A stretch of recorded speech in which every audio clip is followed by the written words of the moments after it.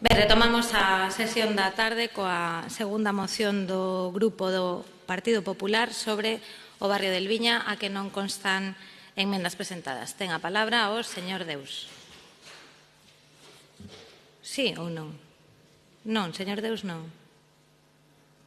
A ver, Grupo Municipal do Partido Popular, moción sobre o barrio del Viña.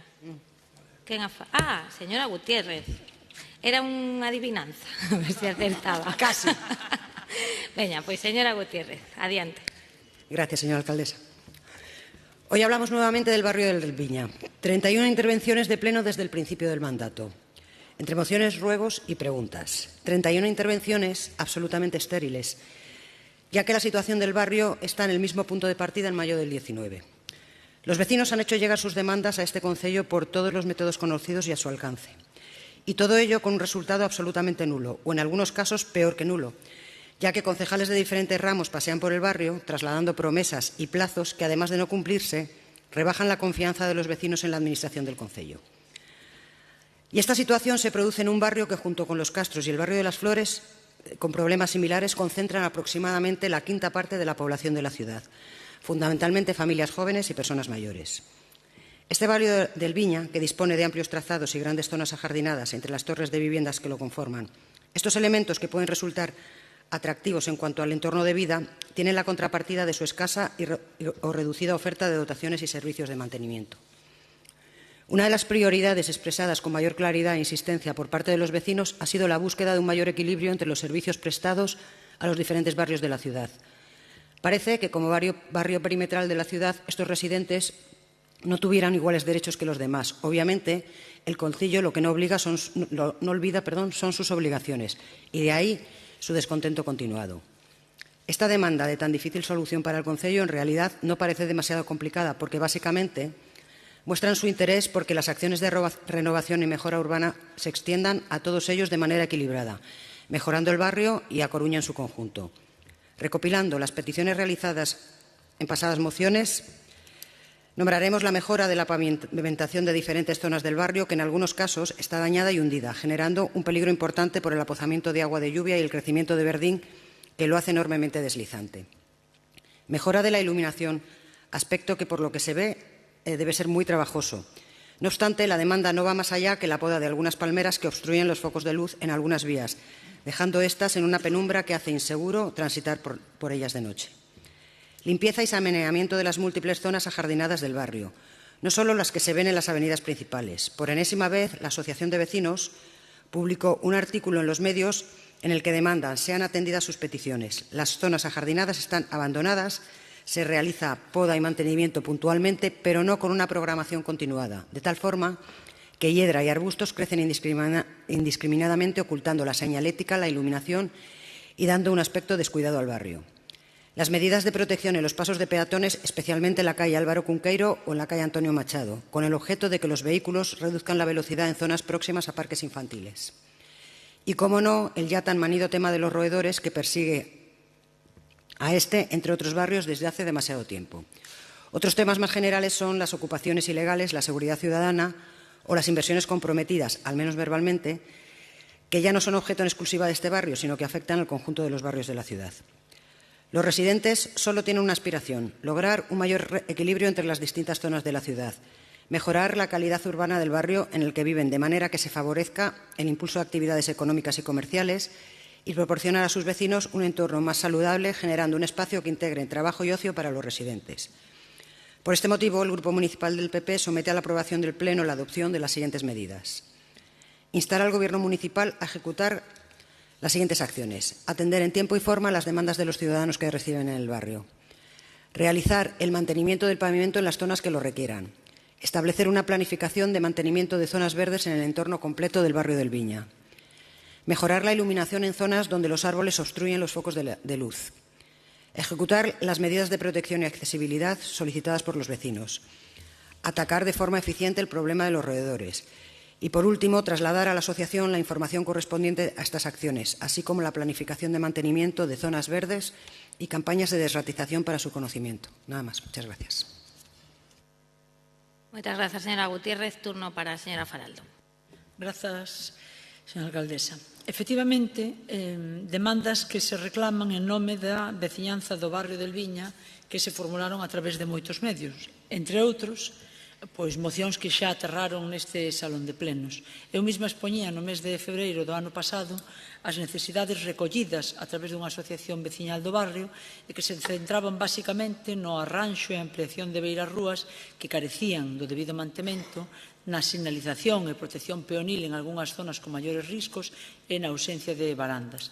Estas demandas recurrentes, basicamente ademais de limpeza, pois se misturan co estado de abandono da parte alta do barrio, do abandono de solares, que, ademais dun defectuoso balado, pois ten dobles consecuencias. O perigo que esos balados metálicos en mal estado supoñen porque invaden parte das beiras rúas e, ademais, que esos solares abandonados pois acaban sendo niños, efectivamente, de bichería, que incluso entran en edificios ou casas cercanas. É un feito, pleno tras pleno, o afastamento do goberno municipal cos barrios desta cidade, sobre todo a medida que a distancia física co Pazo de María Pita aumenta.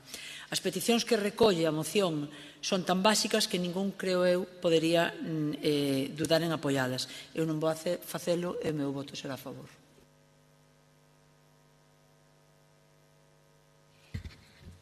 Moitas grazas, señora Faraldo. Turno para o Bloque Nacionalista Galego. Señora Beira. Sí, moitas grazas, señora alcaldesa.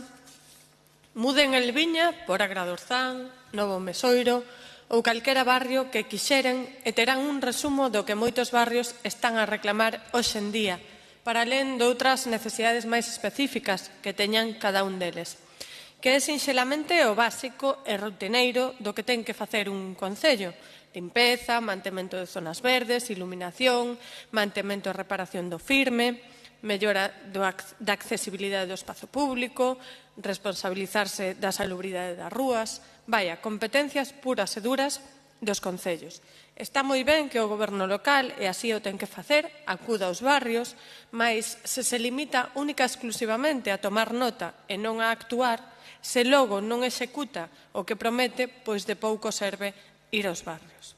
Desde o BNG imos votar favorablemente a esta moción, aínda que o Partido Popular, na súa parte expositiva, volve a cargar co tema da ocupación como o principal problema dos barrios, cando realmente o que vemos é que non é ese o principal problema. Desde logo, nós non compartimos esa visión que ten o Partido Popular da cidade, pero sí que somos críticos coa acción do goberno local ou coa inacción moitas veces do goberno local e consideramos necesarias as propostas que se recollen na moción. Nada máis. Moitas grazas, señora Beira. Turno para a Marea Atlántica. Señora Delso. Sí, moi boa tarde. Grazas, alcaldesa. Vaya por diante o noso voto favorable a esta moción que recolle algunhas das demandas da veciñanza do barrio del Viña. O barrio del Viña, efectivamente, como a outros barrios, pois en cada pleno, noutros plenos, reclaman atención. Neste pleno, pois falamos da Agra, do Orzán, e agora falamos do barrio del Viña. Neste caso, as demandas son coñecidas: mellora da iluminación pública, pacificación do tráfico e atención á seguridade vial, especialmente nos pasos de peóns na cercanía dos centros escolares, garantizar a accesibilidade, atender aos problemas dos roedores e manter unha interlocución fluida coa veciñanza. Tamén, obviamente, coas entidades veciñais. E igual que dixemos pola mañá respecto a Agradorzán, urxe poñer en marcha pois políticas públicas que teñen recursos nos orzamentos, como poden ser mover os baixos. Non deixa de chamar a atención, de todos modos, que sexa o Partido Popular que, cando gobernou, caracterizouse por desatender de maneira deliberada e reiterada os barrios desta cidade, que sexa o que agora pida un maior equilibrio entre as distintas zonas da cidade. Nunca é tarde, non foi sen tempo, pois claro, evidentemente, que todos os barrios teñen os mesmos dereitos e non pode ser que se atenda máis a un barrio que a outro, como lamentablemente, insisto, fixo o Partido Popular cando gobernou. É preciso reforzar as políticas públicas redistributivas en xeral e as que insistan nun reequilibrio de inversión pública entre os barrios en particular, tal e como fixemos, por certo, no pasado mandato dende o goberno da Marea Atlántica. E compre lembrar tamén que esas políticas de participación que vostedes tanto denostan, como os orzamentos participativos, funcionan precisamente como unha política redistributiva. E a propósito da interlocución co tecido veciñal, que deime pensando despois do debate da mañá, non, e das políticas de participación, señora Gallego e señor Díaz, que insistencia súa, non? Que empeño en negar a participación da veciñanza e o seu dereito a participar e decidir os asuntos públicos sobre a súa cidade e moi particularmente sobre no que ten que ver co futuro dos terreos portuarios. Seguen empeñados, e aí sí, xuntos, ben collidos da man, Partido Popular e Partido Socialista, en negar que os procesos de participación acontecidos no pasado mandato arredor do Porto cambiaron a conversa nesta cidade. É certo, cambiou a conversa. Abriuse unha conversa pública nesta cidade sobre os convenios de 2004, sobre o futuro dos terreos portuarios. É certo que decía nosa voceira pola mañá, eses convenios siguen vixente e compre lembralo, seguen vixente. Esa vontade especulativa segue vixente e iso ten que cambiar. Pero tamén é certo que abrimos unha tribuna pública, abrimos un concurso onde participaron, por certo, que raro que non se lembre, señora Gallego, todos os grupos da oposición, tamén o seu grupo, tamén o Partido Popular estaba ali, estaba no debate que fixemos con todos os grupos políticos, estaba no xurado do concurso de ideas, xunto a moitos profesionais, xunto a moitos puntos de vista, señora Gallego. Eu pregúntome, acaso aquilo que sucedeu no pasado mandato respecto ao Porto non foi condición de posibilidade, condición indispensable, diría, para algunhas das cousas que están acontecendo agora? Na praxe, estamos vendo que non é preciso desafectar, nin debería ser preciso comprar, nin vender, nin especular cos terreos para poder utilizar esta parte da cidade, para que a veciñanza poda utilizar e disfrutar o Porto. Nese concurso de ideas, señor Díaz, cuxo proxecto final, por certo, incluía propostas con distintas temporalidades para ir dando usos urbanos, entre eles, por certo, que mencionaba vostede pola mañá, habilitar o baño no Parrote. Obviamente, poderíamos debatir se a solución proposta agora é a adecuada, pero, bueno, eso xa é outro debate que non compre. En definitiva, non nos cansaremos de insistir na necesidade de que este e calquera goberno municipal que veña teña entre as súas prioridades atender dunha maneira equilibrada todos os barrios da cidade, dende Elviña, a Gradorzán ata o Porto. Mais nada, votaremos a favor. Moitas grazas, señora Delso. Pecha o debate, señora Cabanas. Gracias, señora alcaldesa. Señora Gutiérrez, escuchando su descripción del barrio Elviña, cualquiera diría que hace al menos 3 años que no lo pisa. Vecinos y comerciantes nos transmiten una visión totalmente distinta a la que ustedes traen aquí. Pero bueno, ya estamos acostumbrados a su política nada constructiva y de tierra quemada. Pero para demostrarle con hechos que la realidad del barrio difiere de la que ustedes presentan, voy a pasar a detallarles de forma breve algunas de las actuaciones que se han realizado o se están llevando a cabo desde las distintas áreas. Desde infraestructuras se ha procedido a la reparación del pavimento de la senda peatonal de la calle San José de Calasanz. Se han ampliado las aceras de la Plaza de la Milagrosa y también se ha ampliado el área infantil de Rafael Alberti. Se ha instalado una escalinata entre Salgado Torres y General Rubín y se ha procedido a la mejora del aparcamiento de la Plaza de Isaac Díaz Pardo y a la reparación de la pista deportiva del Viña. Se ha reurbanizado la Plaza Pintor Manuel Colmeiro, se ha implantado un circuito biosaludable en San Vicente del Viña y actualmente está en proceso un carril bici entre la Glorieta del Viña y la Avenida de Pablo Picasso. En breve finalizarán las obras de reurbanización en el entorno del lavadero de San Vicente del Viña y la reforma integral del Centro Asociativo Domingo García Sabel, con una inversión superior al €500.000 financiado con fondos EDUSI, que está vinculado a la empleabilidad de colectivos en exclusión social. Hechos, estos son hechos, pero vamos a seguir. Por otro lado, también se ha realizado la corrección de las deficiencias de la instalación eléctrica en la Escuela Infantil Arela y en el CEIP Ramón de la Sagra. En el CEIP María Pita se ha instalado una marquesina en el patio y se ha procedido a la rehabilitación energética de sus fachadas. En el centro cívico se acometerán en breve las obras de mejora de eficiencia energética por un importe superior a los €600.000 con fondos EDUSI. Estas últimas actuaciones tienen una repercusión directa sobre la sostenibilidad medioambiental. En lo referente a la existencia de roedores, la planificación que la Concejalía de Medio Ambiente tiene para la desratización es la siguiente. Una visita trimestral a cada barrio de la ciudad para desratizar y revisar cebos. 2 controles de choque al año, cambiando el principio activo del cebo ante posibles resistencias. Y además se atienden en menos de 48 horas todas las urgencias y quejas. Y en el caso del Viña, se ha visitado hasta 4 veces en un mes. A pesar de no detectar su presencia en espacios públicos, se incrementó el trampeo. Respecto a las zonas verdes, no solo se están llevando a cabo las normales labores de mantenimiento, sino que en diversas zonas se han iniciado actuaciones de mejora del césped, especies florales y poda de árboles con retirada de arbustos. Para mejorar la seguridad vial del barrio, se ha repintado toda la señalización horizontal donde el pavimento lo permite. Se colocó una barandilla de protección en la avenida de Glasgow y se están estudiando medidas especiales para mejorar la seguridad vial en los pasos de peatones ya mencionados. Además, existen 2 pasos de peatones que se han convertido en pasos elevados y tienen señales verticales con iluminación LED, es decir, ya tienen medidas especiales de protección y de reducción de velocidad. En cuanto a la dinamización comercial, se ha llevado a cabo una exitosa campaña a través de la colaboración entre el Concello, FUC y Boulevard El Viña para la dinamización comercial del barrio llamada O Comercio Xiran El Viña. Y tenemos previsión de otra campaña comercial que se realizará próximamente. A Coruña, señoras y señores del Partido Popular, avanza desde hace 3 años. Les guste o no les guste, lo quieran reconocer o no, esta Coruña se está moviendo desde la misma llegada de nuestra alcaldesa, Inés Rey, al Gobierno. Votaremos a favor. Muchas gracias. Moitas grazas, señora Cabanas. Non existen enmendas, non constan enmendas a esta moción, polo tanto procedemos á votación da mesma. Votos a favor. Moitas grazas. Queda aprobada por unanimidade. Terceira e última das mocións presentadas polo Grupo Municipal do Partido Popular sobre a reforma do mercado de praza de Monte Alto, a que consta unha enmenda de supresión da Marea Atlántica. Agora sí, señor Deus, ten a palabra. Moitas grazas, señora alcaldesa. Decir que aceptamos xa desde o comezo a emenda que presentou o Grupo da Marea Atlántica. Boas tardes a todos.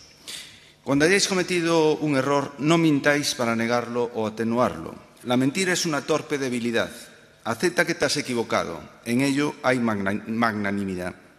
Comienzo mi intervención con esta frase para reflexionar sobre lo que está ocurriendo con la reforma del mercado de Monte Alto, que acumula ya 2 mandatos de parálisis de PSOE y Marea, o Marea y PSOE, en los que poco se ha avanzado a pesar de que el Gobierno del Partido Popular dejó en 2015 la obra licitada y en fase de valoración de ofertas. Cuando llega Marea, anula todo el trabajo y anuncia un nuevo proyecto. No es hasta el 2019, 4 años después, cuando se dan los primeros pasos. Durante esos 4 años el edificio continúa deteriorándose, el mantenimiento es inexistente y las humedades y filtraciones en el mercado y la guardería siguen aumentando. Cuando se inicia el mandato de la señora Rey, se anuncia la inminente activación de esta obra. 3 años más tarde, nos encontramos con un concurso desierto por la renuncia de las 4 empresas que se presentaron, motivada por la nefasta gestión del Gobierno municipal que, tras licitar el contrato en mayo de 2021 y abrir las ofertas en junio, tardó casi 7 meses en adjudicarlo. La legislación permite abandonar una licitación cuando se sobrepasan los plazos para la adjudicación, y así lo hicieron todas las empresas ante el incremento de los precios de los materiales. Por cierto, incremento de precios y, por tanto, coste de la obra que vamos a tener que pagar todos los coruñeses con nuestros impuestos y que hay que asumir por estos 7 años que PSOE y Marea han provocado por su caótica y nefasta gestión. En el pleno de noviembre de 2020 intervenía con otra moción sobre este asunto, moción a la que todos los grupos, Bloque, Marea y PSOE, votaron en contra, realizando unas intervenciones decepcionantes. Si el BNG nos acusaba de intentar paralizar el proyecto por pedir que se introdujeran mejoras pedidas por placeros y comerciantes y que el diálogo no podía entenderse con contentar a todos, se ve que en aquel momento la señora Rey todavía tenía proyecto de ciudad, la Marea, el señor Lema, realizaba una intervención bochornosa. Me acusó de intoxicar y de introducir falsedades, eso sí, sin aportar ningún dato. Hablaba de diálogo en su mandato con placeros y asociación de vecinos, cuando todos ellos desconocían el proyecto, que tuvimos que presentarles nosotros, y recalcaban que la ausencia de diálogo con su concejalía fue total. Para hacérselo mirar, señor Lema. A mí no me engaña. Conocimos de primera mano su capacidad de diálogo con el mercado y el Centro de Salud de Santa Lucía.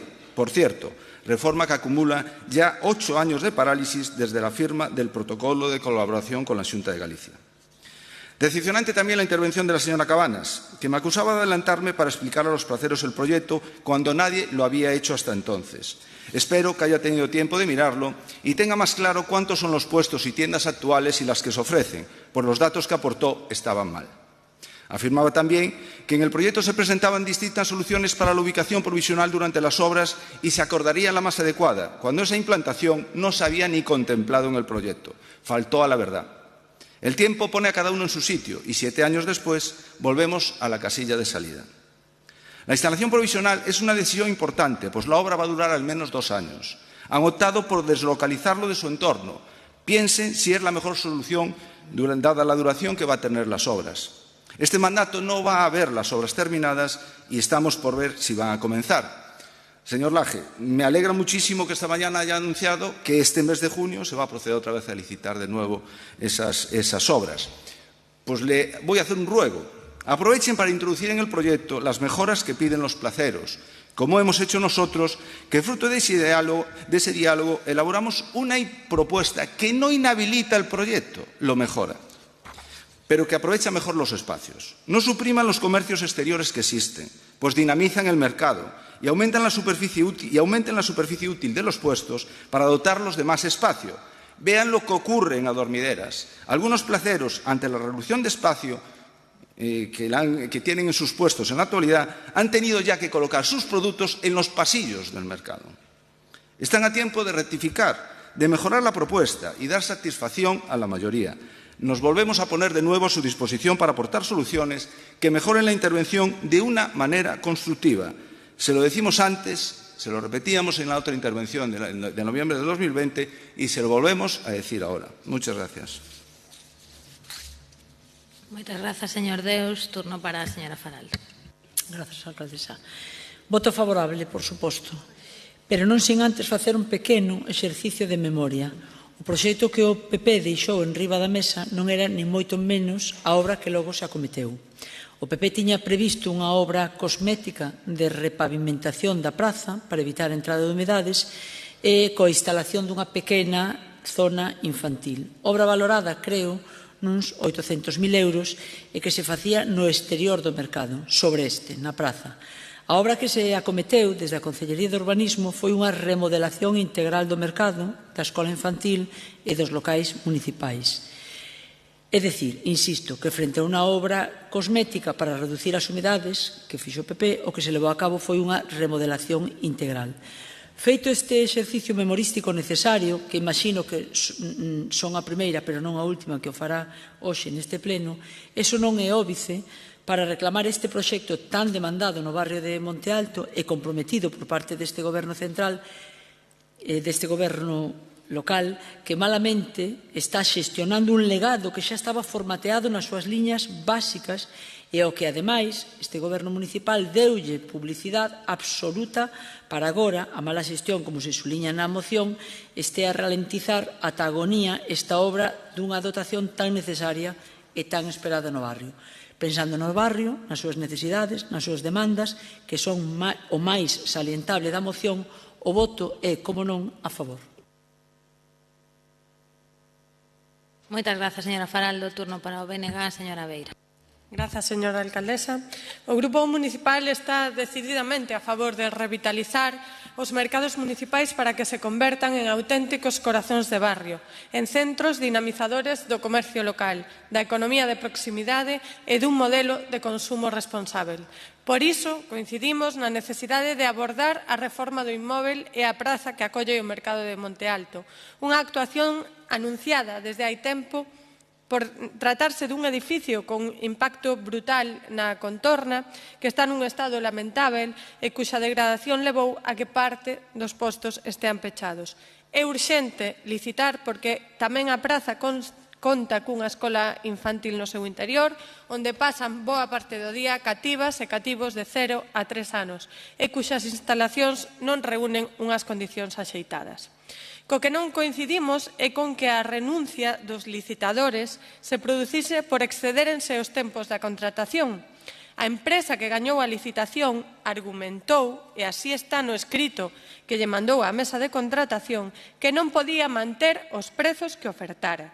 Obviamente, todos sabemos que houve un aumento dos prezos dos materiais de construción nun período de tempo concreto, que foi o que transcorreu desde que a empresa fixo a proposta e o momento en que se adxudicou a obra. Entendemos que por iso renunciou a empresa adxudicataria, mas tamén o resto. Isto consta, como digo, na documentación que lle consta á mesa de contratación e que nos consta aos grupos municipais. Foron os prezos do material de construción e non ese tempo que alude o propio concelleiro que acaba de defender, o señor Deus, acaba de defender a moción. Compartimos, sí, que é urxente que se licite canto antes a reforma do mercado e que se teñan en conta as necesidades das persoas que nel traballan. Pero, como dixen aquel día, señor Deus, e acaba de recordar vostede, entendemos que está complicado conxugar as dúas cousas á vez. Introducir cambios no proxecto e licitar rapidísimo. As dúas cousas á vez están complicadas. E malia a incoherencia deses dous puntos, imos votar a favor, porque sí concordamos coa importancia de sacar adiante esta obra. En relación ao mercado provisorio, consideramos que todos os aspectos que teñen a ver con el deben ser dialogados coas praceiras e os praceiros. Se ben parece que a localización efectivamente ten que ser na praza de Indalecio Prieto, o certo é que é preciso que as instalacións teñan unhas determinadas características axeitadas a esa localización e servizos axeitados para un bo mantemento da actividade comercial e evitar que o traslado implique a perda de clientela durante os 2 anos que está previsto que dure a reforma. Nós, pola nosa parte, propoñemos que haxa unha instalación de casetas e non de carpas, porque é un lugar onde zoa moito o vento e non pode acontecer o que pasou en Durmideiras, que os praceiros e as praceiras tivesen que pechar cando ía mal tempo e xusto son as datas nas que máis vendas teñen. Polo tanto, pensen ben niso. Ten que haber vixilancia mentres o mercado estea pechado, porque ali se deixan mercadorías e se deixan materiais que son moi valiosos económicamente para as praceiras e praceiros. O concesionario da cafetería debería de poder ter unha terraza do mesmo xeito que o ten no actual mercado, como aconteceu co de Durmideiras. Na contorna vai ser preciso que haxa espazos de carga e descarga. Hoxe en día o aparcamento ali é complexo xa, e vai haber que contemplar esta cuestión para poder fornecer os postos da mercancía precisa. E cremos tamén que se debe de contratar unha empresa que faga o reparto a domicilio, porque moita da clientela da praza actual de Monte Alto vive nesa cota do barrio, non vive na cota baixa. E moita dela é xente maior. Por lo tanto, van precisar axuda para poder seguir comprando na praza ou nos postos do mercado de Monte Alto cando este estea en Indalecio Prieto. Todas estas son peticións que nos trasladaron as praceiras e os praceiros nunha visita que fixemos ao mercado e que entendemos que o goberno local debe de atender. Nada máis. Moitas grazas, señora Beira. Turno para a Marea Atlántica. Señor Lema. Moitas grazas. Antes de empezar, se me permite, señor Coira, non sei cal é o bar ese da Coruña que vostede vai no que non paran de falar da ampliación frustrada de la Vedra, de Alfonso Molina. Asegúrolle que nos bares os que vou eu, en maio, falábase moito das vacacións do Rei Emérito en Sanxenxo. Entón, temos que facer un intercambio de bares para un pouco pulsar o sentido común da cidade en diferentes zonas. Señor Deus, menos mal que aceptou vostede a miña emenda. A verdade é que, visto o seu discurso, é un pouco contradictorio o feito de que aceptase a miña emenda co seu discurso. Non vou repetir aquí as palabras da señora Faraldo, pero, efectivamente, o proxecto que vostedes deixaron era unha reforma parcial e superficial, únicamente da cuberta para evitar filtracións. O que hai agora é unha reformulación do mercado onde, por exemplo, a gardería que está situada na planta baixa, case no soto, se eleva para que lle dé a luz, para levála cara a primeira planta. Xa nos gustaría nos, cando chegamos ao goberno, atoparnos con proxectos como este. A verdade é que non nos atopamos con proxectos como este, que estiveran listos para licitar. Hai, evidentemente, críticas que se poden facer parciais ao proxecto frustrado do mercado de Monte Alto, como tamén as hai, sen dúbida, o proxecto de Durmideiras. Críticas que non exceden o 10% do orzamento, quero dicir, na súa aplicación práctica, e que se poden reformar. Iso permite a lei de contratos. Entón, o mercado de Durmideiras forma parte do legado da Marea Atlántica o goberno seguinte a este, que, bueno, non fixo, desde logo, un alarde de exhibición pública do novo mercado, son os seus motivos, non os discuto, Pero o que non pode acontecer é que no mercado de Monte Alto se nos impute a nosa responsabilidade de que non fose licitado a tempo, porque efectivamente houve unha subida dos materiais, pero a subida dos materiais é recente, ben derivada tamén dos efectos colaterais da guerra en Rusia, en Ucrania. No 2020 non era a situación. No 2020 tivemos un debate nesta sala de plenos no que nos recibimos a acusación grotesca de non incorporarnos no orzamento dese ano a partida destinada ao mercado provisional. Eso, a verdade é que me resulta a mí bastante difícil de concebir, porque ten que ser o goberno quen se preocupe destas cousas. Ten que ser o goberno quen se preocupe de que no orzamento vayan todas as partidas necesarias para acometer certas obras. Non? Ou, se non se fixo, se non se tivo esa previsión, traer a pleno un modificativo de crédito onde se contemple ese gasto que sea aprobado por unanimidade. Non se fixo ninguna das dúas cousas. Si nos imputou a nós esa responsabilidade. Eso sí que me parece a min unha forma de actuar inaceptable. O día seguinte de que un toma responsabilidade de goberno é responsable do que acontece. Entón, deixouse pasar o tempo, esmoreceu, e nos atopamos con que, efectivamente, cando o mercado chega na súa fase de contratación, a súa última fase, resulta que os prezos das materias primas subiron moito e non permite a lei de contratos modificacións a posteriori que contemplen esa alza dos prezos. Pero iso é responsabilidade única deste goberno, que retardou inexplicablemente a licitación deste contrato e se atoparon que despois ficou deserta a súa licitación. Por lo tanto, que cada quen asuma a parte que lle toca as responsabilidades. Direi eu tamén, un pouco por tratar do noso bello común hit, señor Deus, que nos estean en previsión tamén de que poderamos ser acusados no futuro de sabotear unha vez máis a pérfida Marea Atlántica o mercado de Santa Lucía, incluímos unha partida de 100.000 euros no orzamento para que non se nos acuse a nós, porque tendemos a ser culpables das cousas malas que suceden nesta cidade, incluso cando xa non estamos nós no goberno. En todo caso, a nosa corrección á súa moción é mínima.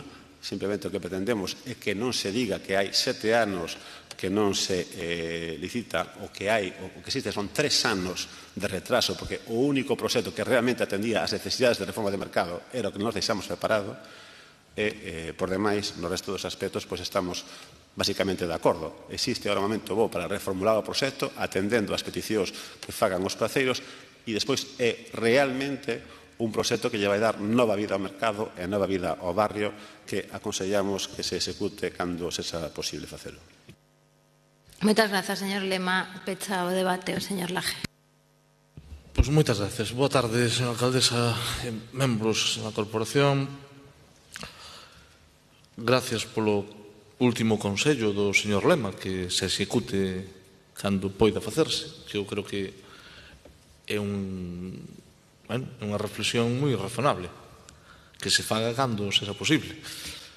Eso xa non entra dentro do terreo de asaltar los cielos, sino dentro do ámbito terrenal, de que se faga cando se poida. Bueno, eu diría, señor Deus, que o primeiro que habría que decir sobre o mercado de Monte Alto é que non habería que facelo se estivera feito.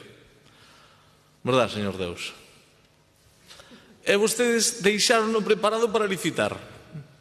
Pasou a Marea e tamén deixou todo.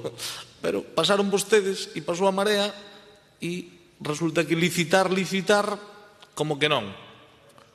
É normal, veñen aquí, algo teñen que decir. Algo teñen que decir. Non van a vir a decir que o goberno fai ben, porque o goberno tamén se equivoca.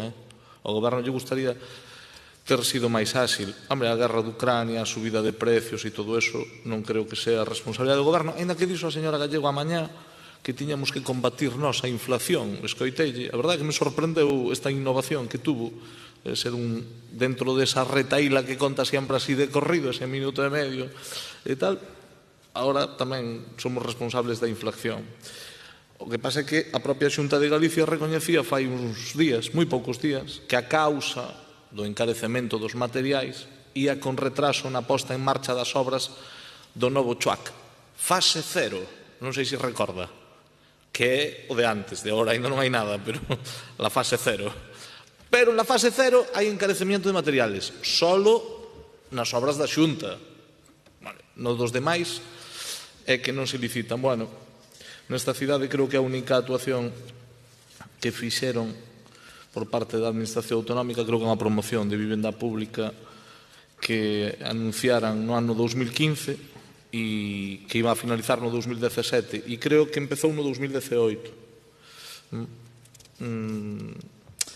Anunciárona e que no 2020 estaría rematada, a ver se hai sorte e o está para o 2023. Só por poñerlle un exemplo, despois virá o señor Jorquera a falar de canto tempo leva pintar 2 capelas Sixtinas, ou 3, ou unha, non sei. En calquera caso, señor Deus, esta mañán quedou claro que este goberno vai a licitar a obra de Monte Alto, co cal vamos a votarlle a favor da moción por aquilo de, en fin, xa sabe vostede, quer dizer, xa se vai a facer, pero non daña. Neste caso, que abunda non daña, non sobra, a favor, por suposto. Agora ben, a reflexión tamén sería sobre todo eso que sempre dicen que deixaron preparado, ás veces non preparen tanto as cousas. Un día que lle toque fagan algo, porque de tanto que o prepararon non saliu. O señor Lema dice que non é responsable a Marea, e eu creo que ten razón, de meter unha partida nun orzamento. O que é responsable é de que o que deixaron preparado non contemplaba o mercado provisional. Solo eso. Ni máis ni menos. Pero o que non podemos é botarlle nosa culpa nin a Marea, nin ao PP. Nos o que temos é que licitalo, e é o que imos a facer. E vostede decía que se tiveran en conta todas as suxerencias. Sí, todas e máis. Incluso se vai a introducir elementos de aforro enerxético, dado que é unha actuación que, ten que responder a unha serie de estándares que, como vostede ben sabe, por deformación profesional, deben de ser incorporados.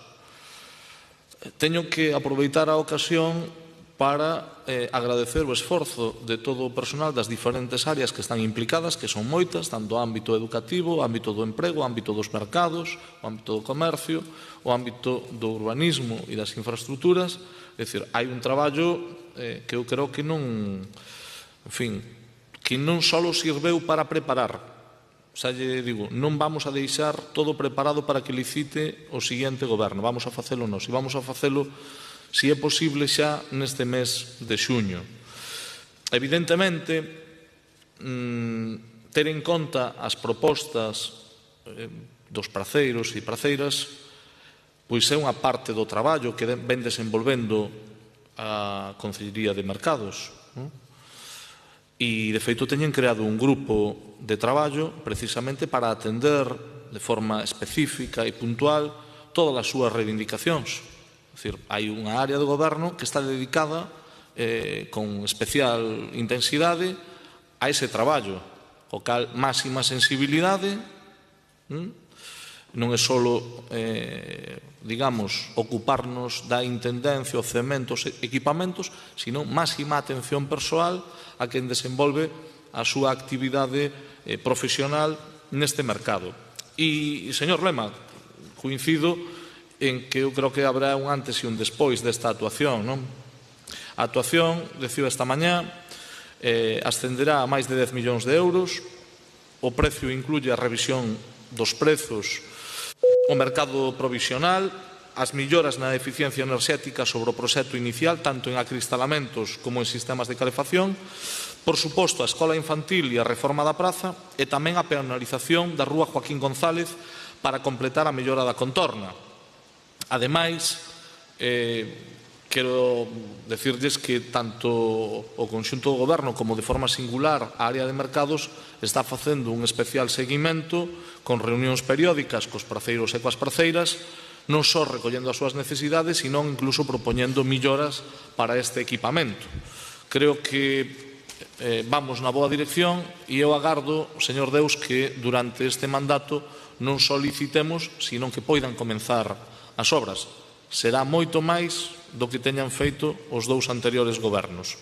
Non é autocomplacencia, nin nos dá satisfacción, pero entenderá aqueles que non son creentes necesitan ver.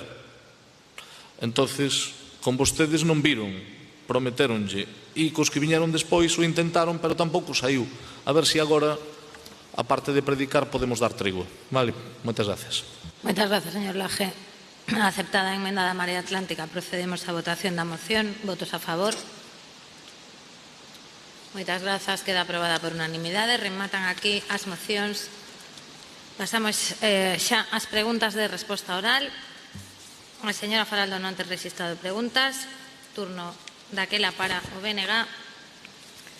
Coa primeira delas, a Capela Sixtina. Señor Jorquera, cando queira. Grazas. Michelangelo Buonarroti pintou os frescos da bóveda da Capela Sixtina entre 1508 e 1512. Isto é, empregou 4 anos. Tendo en conta que o actual mandato municipal comezou en 2019 e en 2023 fanse os 4 anos de duración, está o Goberno municipal en condicións de asegurar que se iniciarán accións legais para recuperar a Casa Cornide no presente mandato, sen exceder, por tanto, o tempo empregado por Michelangelo para pintar a Capela Sixtina. Gracias, señora alcaldesa. Buenas tardes a todas y a todos. Sí, señor Jorquera, intentaremos no sobrepasar el tiempo empleado por el genio del Renacimiento en pintar la Capilla Sixtina.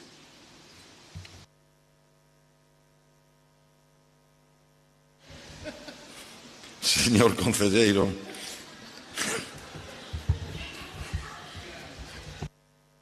non sei se darlle os parabéns, entón xa. Delles. Señor concelleiro, en setembro de 2019, bueno, por favor, que non corra o tempo.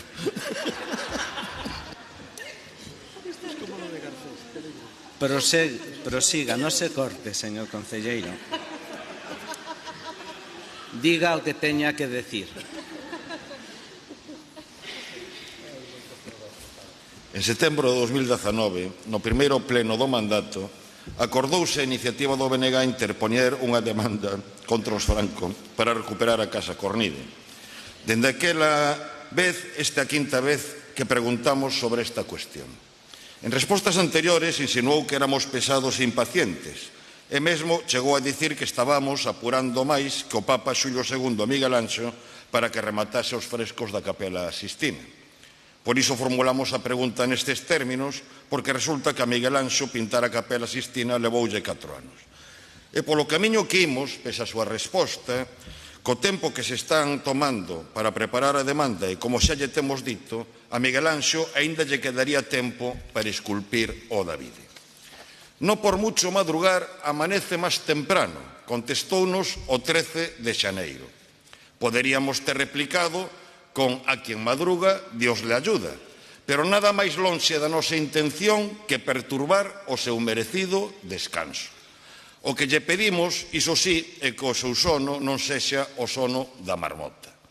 Dende decembro de 2020 dispón dun informe xurídico. En novembro anunciaron que presentarían a demanda antes de que rematase 2021. E 6 meses despois de que vencese ese prazo, seguimos esperando. A única novidade é que, tras a presentación desta pregunta, volveron a anunciar que retomarían a cuestión, botando a culpa do retraso á pandemia. A COVID estáse convertendo en disculpa para todo. E a última novedade tamén é que o Goberno Central, nunha decisión que lamentamos e criticamos, anunciou que descartaba emprender a vía xudicial. Vostede incluso chegou a trasladar as súas responsabilidades ao BNG. Cito textualmente: vostedes tiveron a oportunidade de facelo cando tiveron responsabilidades, pero non o fixeron. Contestounos o 2 de xuño de 2021. Outro día, en declaracións á prensa, volveu insistir. El BNG tamén estuvo gobernando durante un tiempo e nunca hizo nada para la recuperación. Cando tivo a alcaldía o BNG, señor Celemín? Porque o inicio de accións legais en nome do Concello é unha decisión da alcaldía. Se tanta presa ten en presentar a demanda, ben pode o seu grupo político adiantarse ao Concello e presentala a vostedes. Dixo o pasado 7 de outubro. Pero entón, señor Celemín, a Casa Cornide era do BNG. En lugar de insistir en todos os plenos coa mesma cuestión, animaríalles a facer unha oposición útil e a chegar calquera documentación que consideren de interese para a demanda que estamos a preparar, contestou o 13 de xaneiro. Pero logo, o arquivo, a documentación, os servizos xurídicos do Concello dependen do BNG, señor Celemín. Por iso pedimoslle que non tire balóns fora. O legitimado para presentar a demanda é o Concello e darlle impulso político e responsabilidade súa. Por iso, con toda a mellor disposición do mundo, pedimoslle que nos aclare unha cousa. Teñen de verdade vontade política de iniciar a batalla legal para que os francos nos devolvan o roubado? Ou senón, estaríamos pensando que simplemente están xogando a facer que se fai e a marear a perdiz. Pedímoslle que non sexa así e que esa vontade política se traduza en feitos. Moitas grazas. Señor Jorquera, agradezco enormemente su generosidad conmigo. Es usted un hombre más que dadivoso, concediendo tiempos. Se lo digo porque la Capilla Sixtina ciertamente se pintó por mandato del Papa Julio II y su duración fue de 4 años, de 1508 a 1512, lo que se refiere al techo de la bóveda. Pero el conjunto pictórico también contempla la pared del altar donde se plasmó el juicio final, también por Miguel Ángel, que llevó de 1537 a 1541, lo que da un total de 8 años hasta su finalización definitiva, de modo que me da tiempo sobrado para presentar la demanda. Mire, señor Jorquera, sin acritud ninguna, con toda mesura y con todo respeto. Si nos centramos en los 4 primeros años, son los mismos que pasaron ustedes formando parte del Gobierno de este Concello sin que en este tiempo hubieran comenzado acciones de ningún tipo con objeto de recuperar el patrimonio público de la Casa Cornide. Pero voy más allá. Entre 1678 y 1715 se llevaron a cabo las obras de ampliación del Palacio de Versalles, la mayor residencia real de Europa y un espacio sin parangón en la época, cuanto menos por su magnitud. Fueron precisos 37 años para culminar dichas obras, los mismos que llevan ustedes con representación en el Parlamento gallego. En ese tiempo, Buonarroti podría haber pintado 10 capillas sixtinas casi. Mas no vi nunca a lo largo de estos 37 años que ustedes hayan actuado jurídicamente o hecho gestión alguna en la recuperación de la Casa Cornide. Pero sigamos ahondando en la historia del arte, que es apasionante. Entre el año 1075 y el año 1122 se levantó la Catedral de Santiago. Fueron precisos 47 años para construir una de nuestras más grandes joyas del románico, los mismos que van desde la fundación de la Asamblea Nacional Popular Gallega hasta hoy, sin que desde entonces tengamos constancia que desde el nacionalismo, tanto en responsabilidades de gobierno como desde la oposición, hayan hecho gestiones encaminadas para la recuperación de la Casa Cornide. Después de medio siglo de inactividad en el BNG, ahora les entran las prisas. Fue el gobierno de Inés Rey el primero en plantear la posibilidad de emprender acciones legales para luchar por la recuperación de este espacio y en eso estamos trabajando y lo haremos, como fue un gobierno socialista quien luchó por el Pazo de Meirás. No obstante, es de agradecer su celo y persistencia para que este concejal no descuide sus obligaciones, que son en definitiva para satisfacer un deseo de la ciudadanía y que este patrimonio único revierta a la ciudad cuya propiedad nunca debió perder y que si por ustedes fuera estaríamos esperando más tiempo que el que se tardó en construir la Alhambra de Granada, que fueron exactamente 600 años. Muchas gracias. Muchas gracias, señor Jorquera, señor Celemín. Segunda das preguntas presentadas polo Bloque Nacionalista Galego sobre a suba do aluguer. Señora Beira. Supoño que tamén será culpa do BNG a suba do aluguer.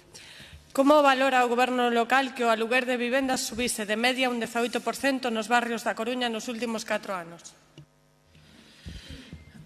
O valoramos de forma negativa non só polo dato en sí, que en todo caso os últimos estudios publicados non falan dun 18, senón dun 9%, senón tamén pola dedicación que teñen que facer do total dos seus ingresos os coruñeses para pagar un alugueiro e polo que pode afectar a suba do IPC, polo de agora controlada gracias ás medidas do Goberno Socialista no Estado. Desde o BNG estamos moi preocupadas polo aumento do prezo do aluguer na cidade da Coruña. Recentemente, La Opinión deu conta nunha noticia que nos últimos 4 anos o prezo do aluguer de vivendas medrou de media en todos os barrios da cidade un 18%. Isto é o que sinala o Observatorio de Vivenda de Galiza sobre a Coruña, que ademais é a cidade de Galiza onde máis fogares viven de aluguer. Mentres tanto, nin suben as pensións, nin tampouco os salarios, e, desde logo, non nesa medida. Si subiu a luz, o gas, o carro da compra.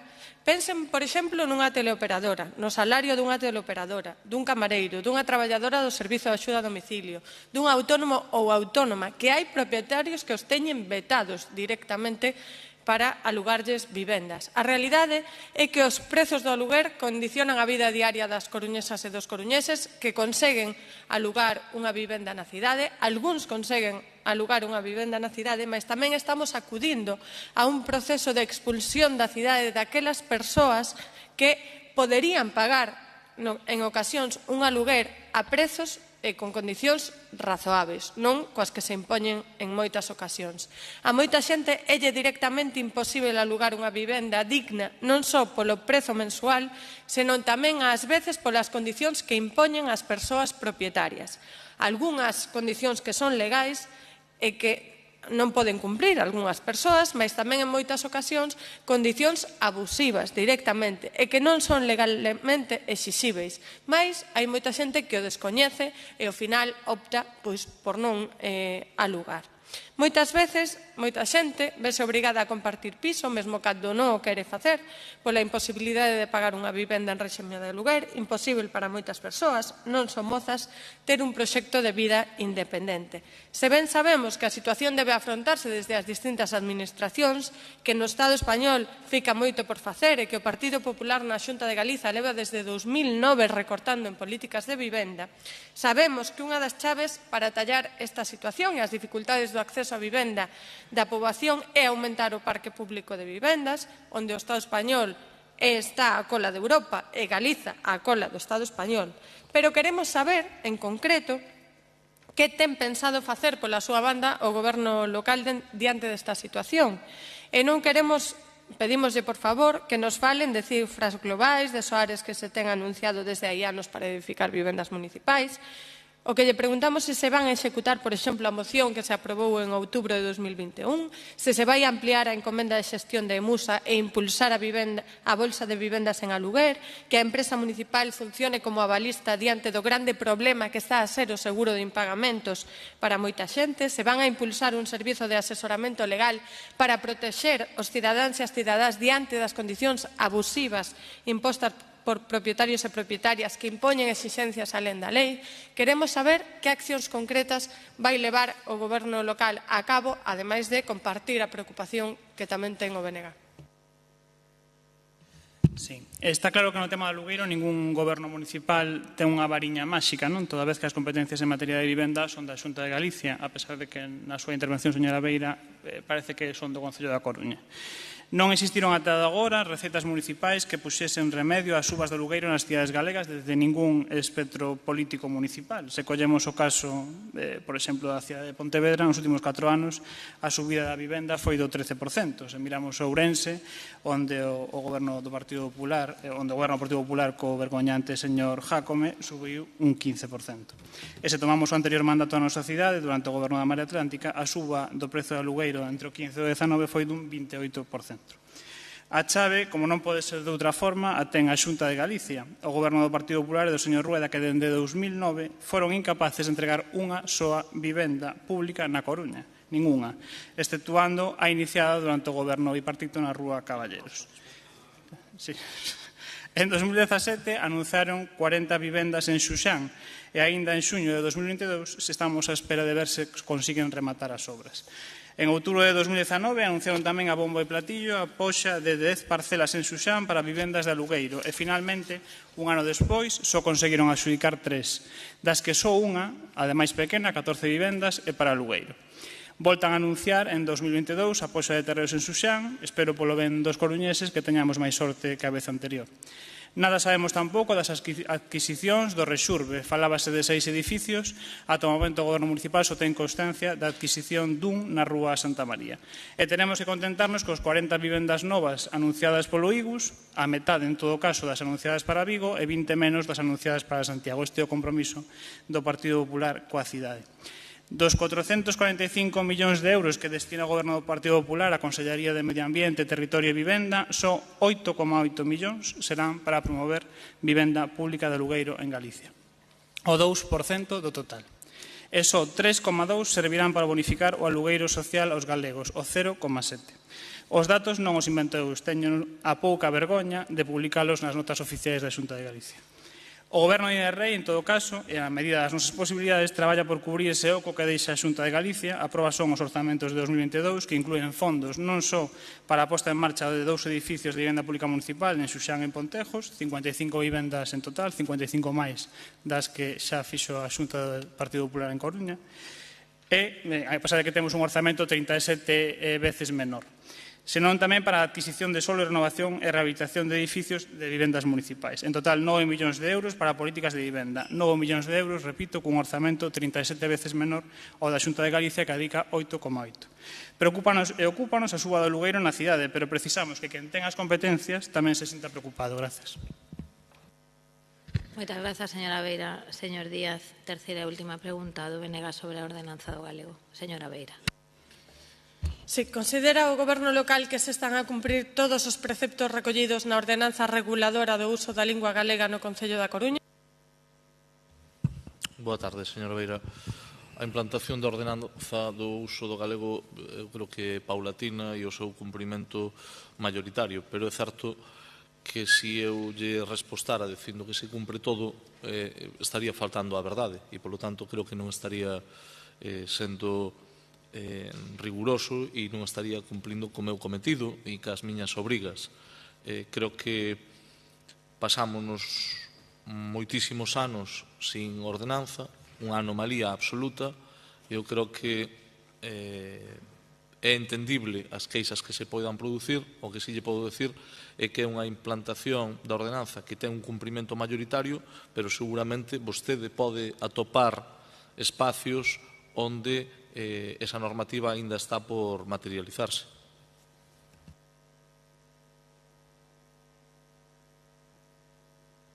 Gracias, señora alcaldesa. Pois sí, cando se fai un ano desde a aprobación definitiva da ordenanza reguladora do uso da lingua galega no Concello da Coruña, desde o BNG consideramos que é un bo momento para facer a avaliación da aplicación desta ordenanza. E xa lle adianto, señor Laje, que nos vemos que se está a cumprir de xeito desigual. Vemos como a alcaldesa, na meirande parte das súas intervencións públicas, emprega o galego nas súas funcións representativas, mas non o fan así a totalidade dos membros do goberno local. Mesmo, nalgún acto de homenaxe a Rosalía de Castro, se incumpre a ordenanza do galego. Dentro dos servizos municipais vemos tamén como se aplica de xeito desigual. Hai servizos, os que ademais desde aquí queremos parabenizar, que cumpren perfectamente os preceptos da ordenanza, como pode ser o servizo de informática, mas é certo que hai outros nos que non hai xeito de que se escriba un só correo electrónico ou comunicación interna en galego. Hai que recoñecer tamén que a Orquestra Sinfónica de Galiza, desde que rexistramos un rogo para comenzaren a facer as súas comunicacións nas redes sociais en galego, axiña comezaron a facer. Tamén observamos como hai moita documentación e publicacións que se editan por parte do Concello da Coruña que non son en galego cando a ordenanza indica que así ten que ser. O exemplo máis recente témolo en toda canta documentación está colgada e en proceso de participación pública sobre a Axenda Urbana da Coruña 2030, que está colgada na web municipal exclusivamente en castelán, independentemente de que un poña en castelán ou en galego a web municipal. Toda a documentación está en castelán. E o mesmo acontece coa sinaléctica.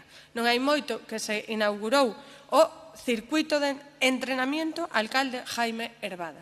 A sinaléctica en castelán tamén. Falta que o Goberno municipal faga seguimento do cumprimento da ordenanza nas súas colaboracións por parte de empresas licitadoras que prestan servizos ou que fan traballos para o Concello da Coruña. A nos parecenos directamente unha burla e un escándalo que o chamado Morriña Fest faga toda a súa comunicación en castelán, precisamente con ese nome, ademais, non? Facéndose en colaboración co Concello da Coruña en instalacións municipais.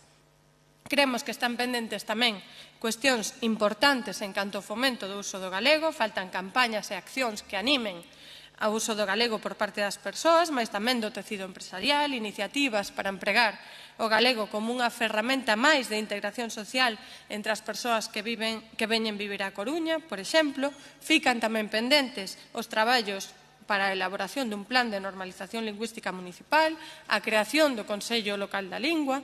Nos creemos que non é abondo con rachar a normalidade de sermos a única cidade do país sen unha normativa municipal propia en relación ao galego, que é un grande avance, non o negamos, evidentemente. Pero non se trata só de aprobar a ordenanza e esquecela no caixón, senón que é preciso cumprila.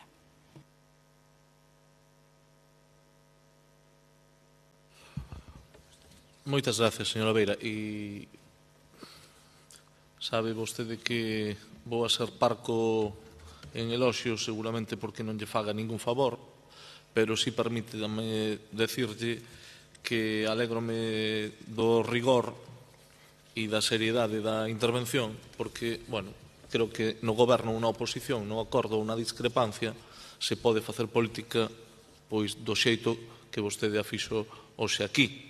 É innegable que queda moito por avanzar, sen dúbida ninguna, pero creo que ser ponderados, como vostede foi, e ser capaces de recoñecer os avances, axuda a que teña moita máis credibilidade a crítica.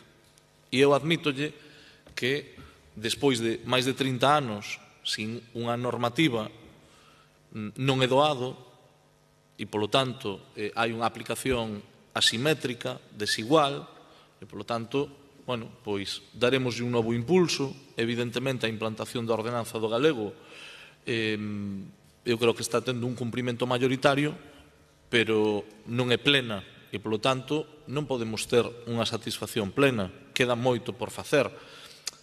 Permítame tamén que diga que, e isto espero que o tomen con afecto, que non é por facerlles ferida, ten que ser moi chamativo que ao final, despois de tanta xente intelixente, lista que anduvo por aquí, que sabía moito do galego, pois ao final foi o goberno de Inés Rei o que puso sobre a mesa unha ordenanza para normalizar algo que debía de estar normalizado, ca colaboración e ca contribución de moitos grupos, singularmente do BNG. E hoxe aquí lle digo que teremos xuntanzas a maior brevidade posible para ver o grau de implantación.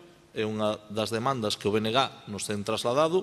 Nos non queremos fuxir dese compromiso, que é un compromiso que temos co BNG, e faremos unha avaliación en detalle. En calquera caso, bueno, si lle podo anunciar xa que durante o ano 2022 vamos a impulsar un cambio en toda a sinalética para que haxa unha homoxeneización e que, cando un se atopa calquera sinal, calquera placa, bueno, pois haxa unha certa homoxeneidade coa imaxe incorporativa e tamén unha incorporación da propia ordenanza. Creo que é o razonable facelo. En calquera caso, eu direi sempre o mesmo.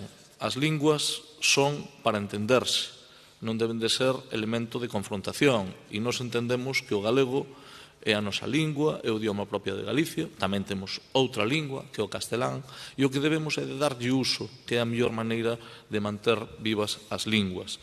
Aquí estamos diante pois dunha situación que foi anómala durante moito tempo. Creo que temos que ser capaces, no mandato da amabilidade e no mandato do diálogo, tamén de incorporar a novos usuarios da lingua, a máis persoas, e facelo desde unha posición inclusiva, abogando porque as ordenanzas, normativas e todas as ferramentas que teñamos sexan amables, acolledoras e fagan que a lingua sexa algo do cal un non só se sinta orgulloso, sino que sexa esa ferramenta na que ninguén se sinta violentado nin incómodo.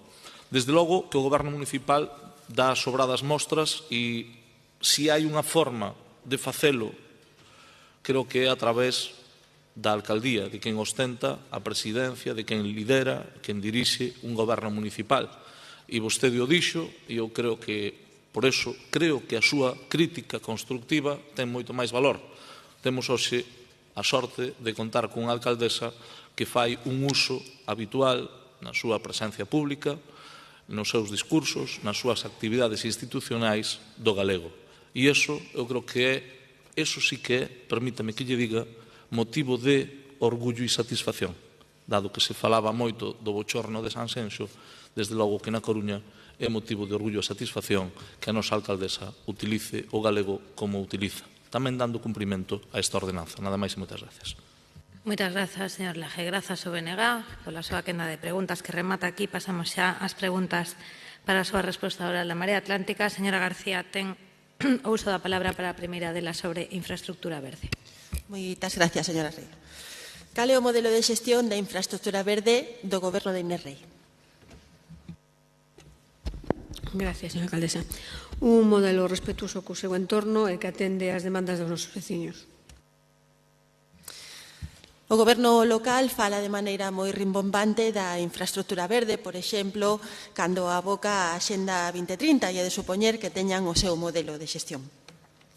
Infraestructura verde se utiliza en similitude coa infraestructura gris, a que provén das obras, digamos, dos materiais inertes, do cemento, da tecnoloxía, e que presta unha función concreta, específica, está aí para resolver problemas urbanos, concretos e específicos. Entón, cando pregunto polo modelo de xestión, estou preguntando cales son, concretamente, os problemas que o goberno local quere resolver coa infraestructura verde. De que maneira quere resolvelos?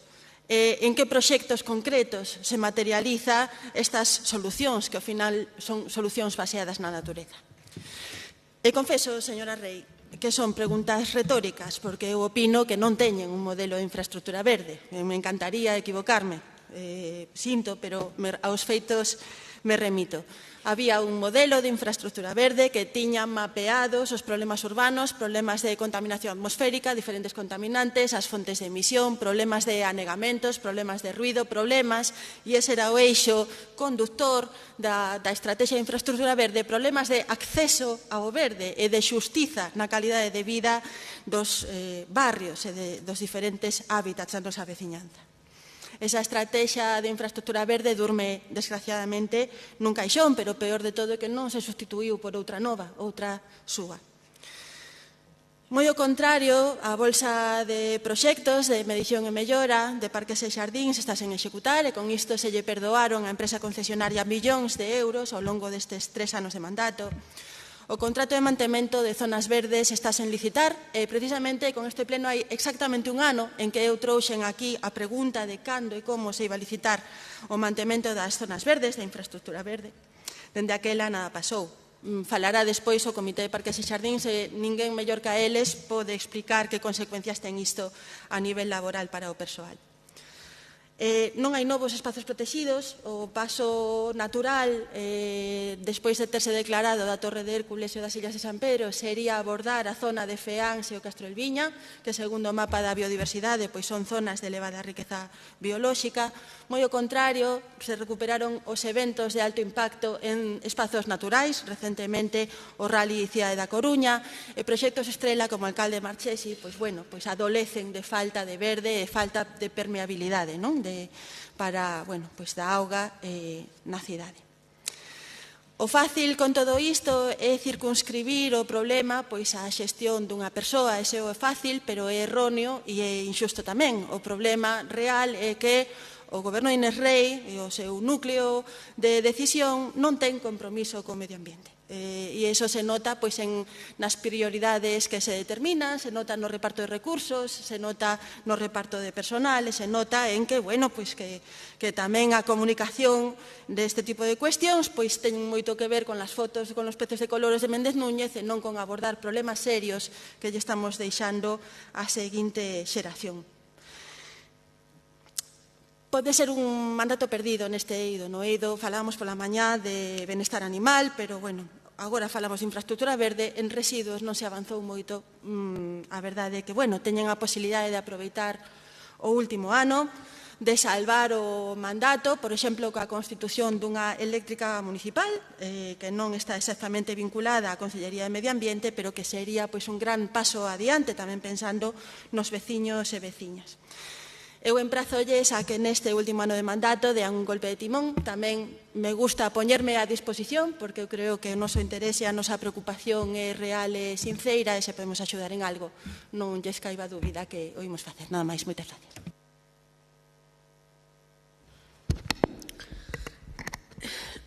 Señora García, para ter vostedes tanta estrategia, todo quedou neso, en estrategia, porque a herdanza recibida deixa bastante que desexar.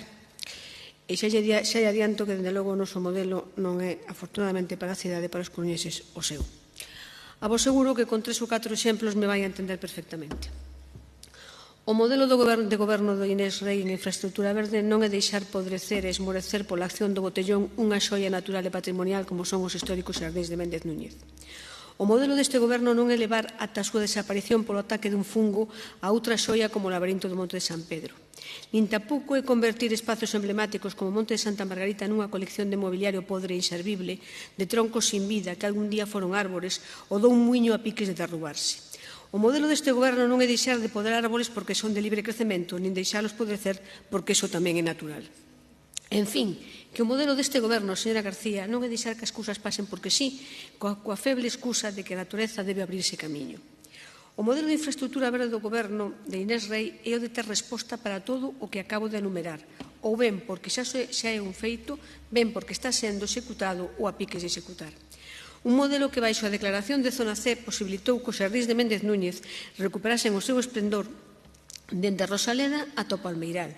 O noso patrimonio escultórico xa luce ao lado dos parterres con flores e árbores ben cuidados. E claro que sí, tamén coa volta dos peixes a esa fonte central que a todos nos devolve a nenez. A recuperación dos espacios emblemáticos da cidade, Monte Santa Margarita, San Pedro, Parque de Oza, San Diego, o Xardín de San Carlos e tantos outros serán unha realidade neste primeiro mandato de Inés Rei. O noso modelo é o que non abandona proxectos, o que abandona proxectos imposibles e mesmo incoherentes para quen defende o natural sin intervencións e que sementaba espacios como Breogán, Bens ou a ladeira de San Pedro de dúcias de aparellos cos mesmos veciños que logo pediron a súa retirada dos devanditos proxectos en beneficio de árbores e céspedes e mesmo bancos para entón si disfrutar da natureza tal como é. Renaturalizar alcorques, colocar xardineiras, apoiar con árbores e xardinamento as nosas novas zonas peonís, repoñer e renovar o arborado, ter proxectos para todos e cada un dos barrios, Lavañou, Monte Alto, Sagrada Familia, Novo Mesoiro, todos. Un modelo de recuperación de ríos e sendas con proxectos como o Cuco, que permite, traspasando límites municipais en colaboración co Concello de Culleredo, a revitalización dun territorio rural rico e productivo que conserva valores naturais, patrimoniais e paisaxísticos con moito potencial, recuperando a calidade de auga do río Quintas. Un modelo onde as hortas urbáns se incrementaron en 21 máis as comuns e as mesas, cada unha con pérgola, luz, espacios comuns en un proxecto participativo que se está a desenrolar para os modelos de xestión da auga, de compost, de enerxía, da gobernanza, ferramentas, etc. Mesmo onte, comenzaron os traballos das 84 novas parcelas de Adolfo Suárez, sin esquecernos dos 380 metros cuadrados das hortas de Oza que se botaron a andar na metade do ano pasado. Que cal é o modelo de infraestructura verde do goberno de Inés Rei? Pois mire, aquel no que os coruñeses se recoñezan na súa historia, no seu patrimonio natural, nos que os cidadáns poidan sentirse parte dunha natureza viva nos seus momentos de lecer, que contribuía de xeito decidido á mellora da súa saúde e a súa calidade de vida, e, por que non, tamén constituía motivo de admiración para os visitantes. E, por certo, os pregos xa están para licitar. Moitas gracias, señora alcaldesa. Moitas grazas, señora Fontán. Segunda pregunta da Marea Atlántica sobre o persoal de Consellería das Instalacións Deportivas. Señora Delso. Sí, moitas grazas. Considera o Goberno municipal que está facendo suficiente para resolver a situación do cadro de persoal da Consellería das Instalacións Deportivas Municipais? Grazas, alcaldesa. Estáse facendo todo o que é posible. Esta non é a primeira vez que dende a Marea Atlántica preguntamos por esta situación. De feito, xa é a segunda vez que falamos deste asunto neste pleno e témome que non será a última. Todas as aquí presentes xa sabemos que o persoal da Consejería das Instalacións Deportivas Municipais leva varios meses denunciando o descolgue salarial que está realizando a concesionaria deste servizo, Serviplus Total SL. Esta empresa débelle a cada unha das persoas que integran a plantilla varios centos de euros das nóminas do 2021 e négase a subir o salario do 2022 ao nivel do IPC, incumprindo deste modo o prego e o convenio. As condicións están moi claras nos pregos, a empresa non pode facer un descolgue salarial como o que está a levar a cabo, aumentando os seus beneficios a custa do poder adquisitivo da súa plantilla. Plantilla que en moitos casos cobra escasamente chega ao salario mínimo. Falamos, ademais, de persoas que son a cara visible do Concello nas instalacións deportivas municipais, algunhas delas dende fai máis de 25 anos. E a pregunta é sincera. Creen que está facendo o suficiente dentro do Goberno municipal para resolver esta situación? Sabemos que enviaron un requerimento á empresa o 12 de abril, despois de moito insistir e moito falar tamén na Comisión de Deportes e tamén en diversos plenos. Moi ben, é o mínimo que teñen que facer para cumplir coa súa responsabilidade de supervisión e fiscalización do contrato. Que fixo a empresa? Respostou a ese requerimento? Non respostou? Executou o que se pediu? Nós non temos información nova dende a última Comisión de Deportes na que tratamos este tema, pero o que nos traslada o comité, o que nos trasladan as traballadoras e os traballadores é que seguen sen noticias do Concello despois de que o Goberno municipal se comprometera directamente con eles e con elas a resolver esta situación. Ademais, con todas as garantías, dicindolles que teñen toda a razón e que non se preocuparan, que a cousa estaba resolta. Pasan o tempo, pasan os meses e aquí a situación segue exactamente igual. Si sabemos o que fixo a empresa denunciou aos traballadores. E agora, insisto na pregunta, que pensa facer o Goberno municipal? Pensa facer algo? Ou están conformes co requerimento feito en abril?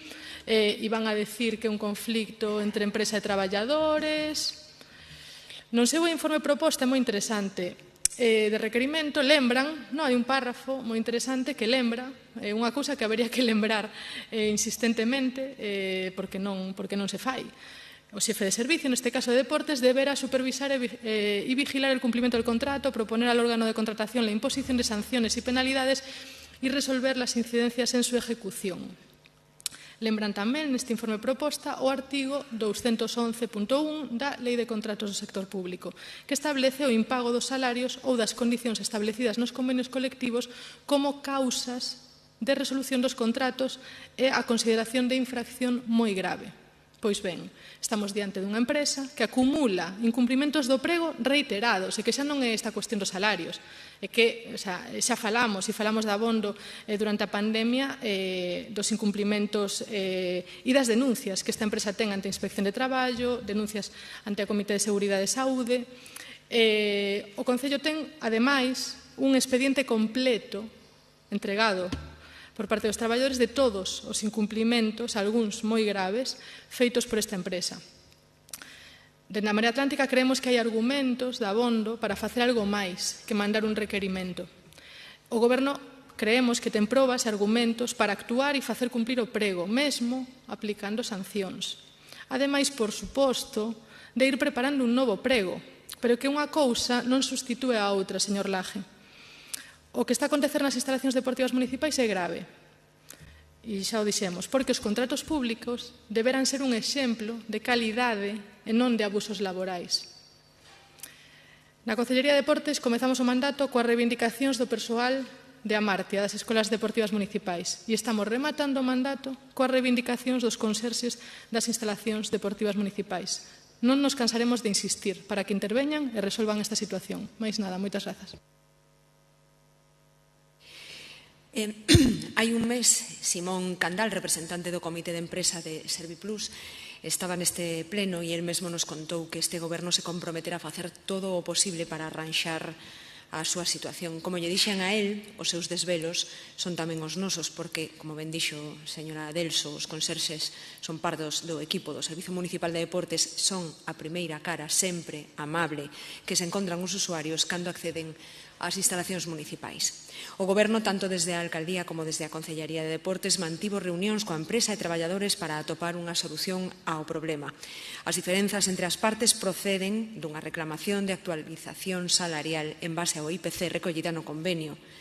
A empresa finalmente accedeu a compensar a perda de poder adquisitivo dos traballadores nos anos 2021 e 2022 mediante o pago fraccionado da diferenza. O problema que persiste é unha discrepancia xurídica entre as partes sobre se dita compensación debe consolidarse ou non nas súas nóminas. Desde o Concello se instou a que se resolva esta discrepancia xurídica de interpretación dun artigo do convenio para que a prestación do servizo non se vexa afectada. O que sí xa está nas nosas mans e debemos facer é adiantarnos e preparar toda a documentación para poder licitar un novo contrato que recolla todas as melloras necesarias. A nosa intención é acelerar este proceso para que se poida facer a contratación do servizo en mellores condicións, sen olvidar nunca o cumprimento estricto do convenio e da legislación laboral. Moitas grazas. Moitas grazas, señora Adelso. Señora Martínez. Terceira e última das preguntas da Marea Atlántica sobre as casas de apostas. Señor Martínez. Grazas, señora Rei. Cando pensa a alcaldesa cumprir o acordo unánime do Pleno para afastar as casas de apostas dos centros educativos, sanitarios e deportivos? Cando o Goberno do Partido Popular e do señor Rueda decidan aprobar unha nova lei do xogo de Galicia que dote de ferramentas aos concellos para dita limitación. Mal empezamos, porque ven sendo anunciar o incumprimento dun acordo unánime da corporación e ademais cun argumento falaz, como que o Concello non ten competencias. Pero comezo polo principio. A proliferación de casas de apostas e terminais de xogos é, como temos reiterado, penso que dende todos os grupos municipais nesta corporación unha couza, unha auténtica pandemia que ademais adoita impactar con maior dureza a aqueles colectivos máis vulnerables. Reiterarei os datos que temos traído noutras ocasións aquí. Segundo a Galure, a media de inicio no xogo é os 19 anos. A maioría das solicitudes de apoio que recibe esta entidade é de persoas menores de 25 anos. O Plan Nacional sobre Drogas fala de 670.000 persoas no Estado español con problemas de ludopatía e unha de cada dúas nese colectivo de case 700.000 persoas son menores de 26 anos. A Coruña non é allea a este problema. Na Marea Atlántica elaboramos un mapa colaborativo, é dicir, aberto a achegas da cidadanía e que, de feito, dende que o presentamos públicamente, penso que hai un par de semanas foi medrando coas achegas de persoas que se achegan ao mapa e precisan a información ou amplían a información. Nese mapa se sinalan as casas de apostas e terminais que temos na cidade, onde están e a súa proximidade ao que por consenso se consideran infraestructuras sociais especialmente vulnerables, como é o caso dos centros educativos, dos centros deportivos e dos centros sanitarios. Poderían ser máis. Na Coruña, sen ir máis lonxe, temos outras infraestructuras sociais clave que tamén son sensibles porque tamén son frecuentadas por persoas que reúnen algunha condición de vulnerabilidade fronte ás casas de apostas, como pode ser o caso dos centros cívicos. Pero nese mapa nos cinguimos a eses tres tipos de equipamentos. Os resultados, que eran arrepiantes hai un par de semanas, hoxe son aínda máis. O 85% desas casas de apostas e terminais están a menos de 400 metros de algunha desas infraestructuras sociais vulnerables. Por que 400 metros? Porque a distancia de seguridade que, por exemplo, o Concello de Pamplona establece como distancia mínima entre unha casa de apostas e unha infraestructura vulnerable, o que equivale a decir a poboación vulnerable que fai uso habitual desa infraestructura. Poderíamos empregar un criterio máis restritivo. Barcelona, por exemplo, emprega unha distancia de 800 metros. Tamén poderíamos utilizar outro menos restritivo, que é cero, que é a distancia de seguridade que temos na Coruña. Optamos por un termo medio. Eso non quere decir que a regulación que se deba implantar na Coruña teña que utilizar os 400 metros como referencia. Se pode discutir. O que non é discutible é que non ter perímetro de seguridade e permitir que as casas de apostas proliferen, e vou repetir o exemplo máis claro que seguramente a todos e a todas nos impacta cando dicimos que é o caso do Eusebio da Guarda na Praza de Pontevedra cunha casa de apostas visible dende a porta do instituto. Son dúcias os concellos no Estado español, por certo, até onde eu sei no Estado español rexe o mesmo ordenamento xurídico que na Coruña, o réxime competencial é o mesmo, estamos falando de comunidades autónomas que tamén teñen competencias sectoriais na regulación do xogo, pero en todos os concellos do Estado español son as entidades locais as que teñen competencias urbanísticas. Dúcias de concellos no Estado español están a facer uso das súas competencias urbanísticas para establecer distancias mínimas.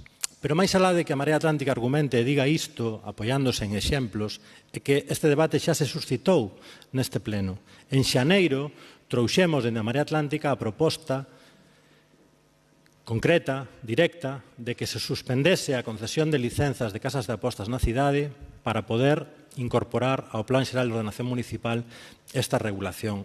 Esa proposta recibiu o apoio unánime desta corporación. 6 meses despois, nin se suspendeu a concesión de licencias, nin se iniciaron os traballos para introducir esta nova regulación no planeamento urbanístico local.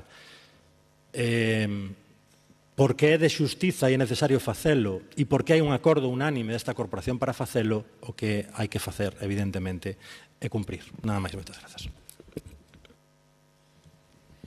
Señor Martínez, a moción aprobada no pleno de xaneiro insta ao Goberno local, efectivamente, a modificar o planeamento, pero é que a realidade é que precisamos, como xa vimos demandando do Parlamento de Galicia, unha regulación autonómica que ampare dita limitación, como se nos traslada polos servicios xurídicos de urbanismo. Navarra, fala de Pamplona, Navarra ten unha lei foral do xogo que ampara dita limitación e todos os concellos que están a trasladar aos seus planeamentos xerais esa limitación teñen unha lei autonómica que os ampara para tomar esa medida. Pásame un pouco tamén como a pregunta de vivenda. Ao final parece que trasladamos ao Concello competencias que son da Xunta, entón eu vou devolverlas a quen de verdade as ten. O Partido Popular leva 6 anos anunciando unha lei do xogo que sustitúa a de 1985. Eleva 30 dos 37 anos que pasaron dende 1985 gobernando Galicia con maioría absoluta. Eu sei que é máis fácil vir aquí a culpar ao goberno de Inés Rei, pero a realidade é testalana. Imagino que os señores do Partido Popular non esperan a acadar a maioría necesaria no Parlamento para poder sacala. En todo caso, non habería problema se algún dos seus diputados non está moi a favor, seguro que pode contar cos do PSDG ou co do Bloque Nacionalista Galego para votar esa nova lei do xogo. Non existe encaixe xurídico para limitar a apertura das casas de apostas nas contornas escolares dos centros educativos da Coruña en tanto non se modifique o Regulamento de Apostas de Galicia ou a lei do xogo. Non existe, podemos vir aquí a decir o contrario, pero a realidade é esa. Aínda así, non estivemos cruzados de brazos. O compromiso do Goberno de Inés Rei neste tema non se limita a palabras, preguntas orais ou escritos diversos. O Goberno de Inés Rei revisou o permiso de todas as casas de apostas da cidade no primeiro ano de mandato, declarando a ineficacia e ordenando o cese de actividades daquelas que non se axustaban á normativa. Por certo, moitas das que cesaron a súa actividade ou tiveron que reiniciar a súa tramitación de licenza foron abertas mediante comunicación previa no anterior mandato, cando as leis ao respecto exixen licencia. Está moi ben que fixeran un mapa, pero o que teñen que haber feito é algo nos 4 anos de goberno.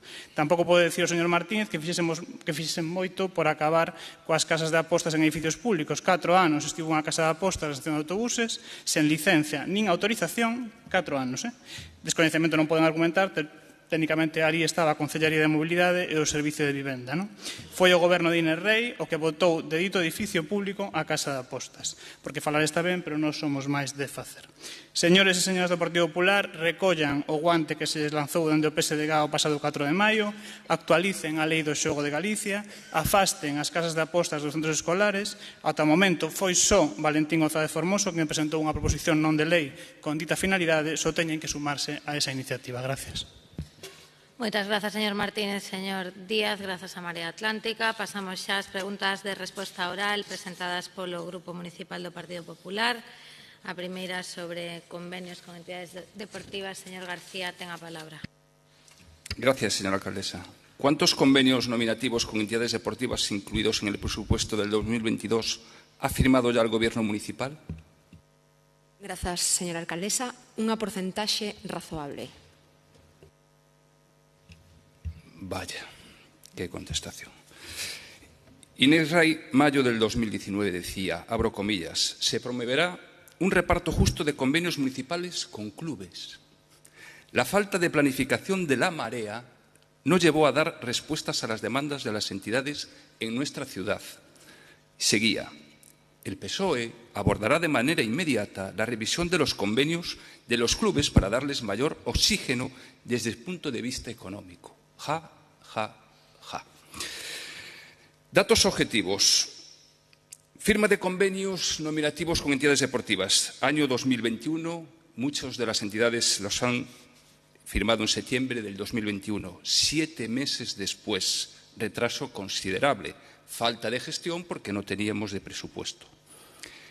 Segundo, plazo de justificación de estos convenios del año 2021. Algunos finalizaban, mire el dato, 28 de febrero del 2022, lo que provoca acumulación de trabajo entre los que tienen que justificar y lo que se tiene que firmar de nuevo.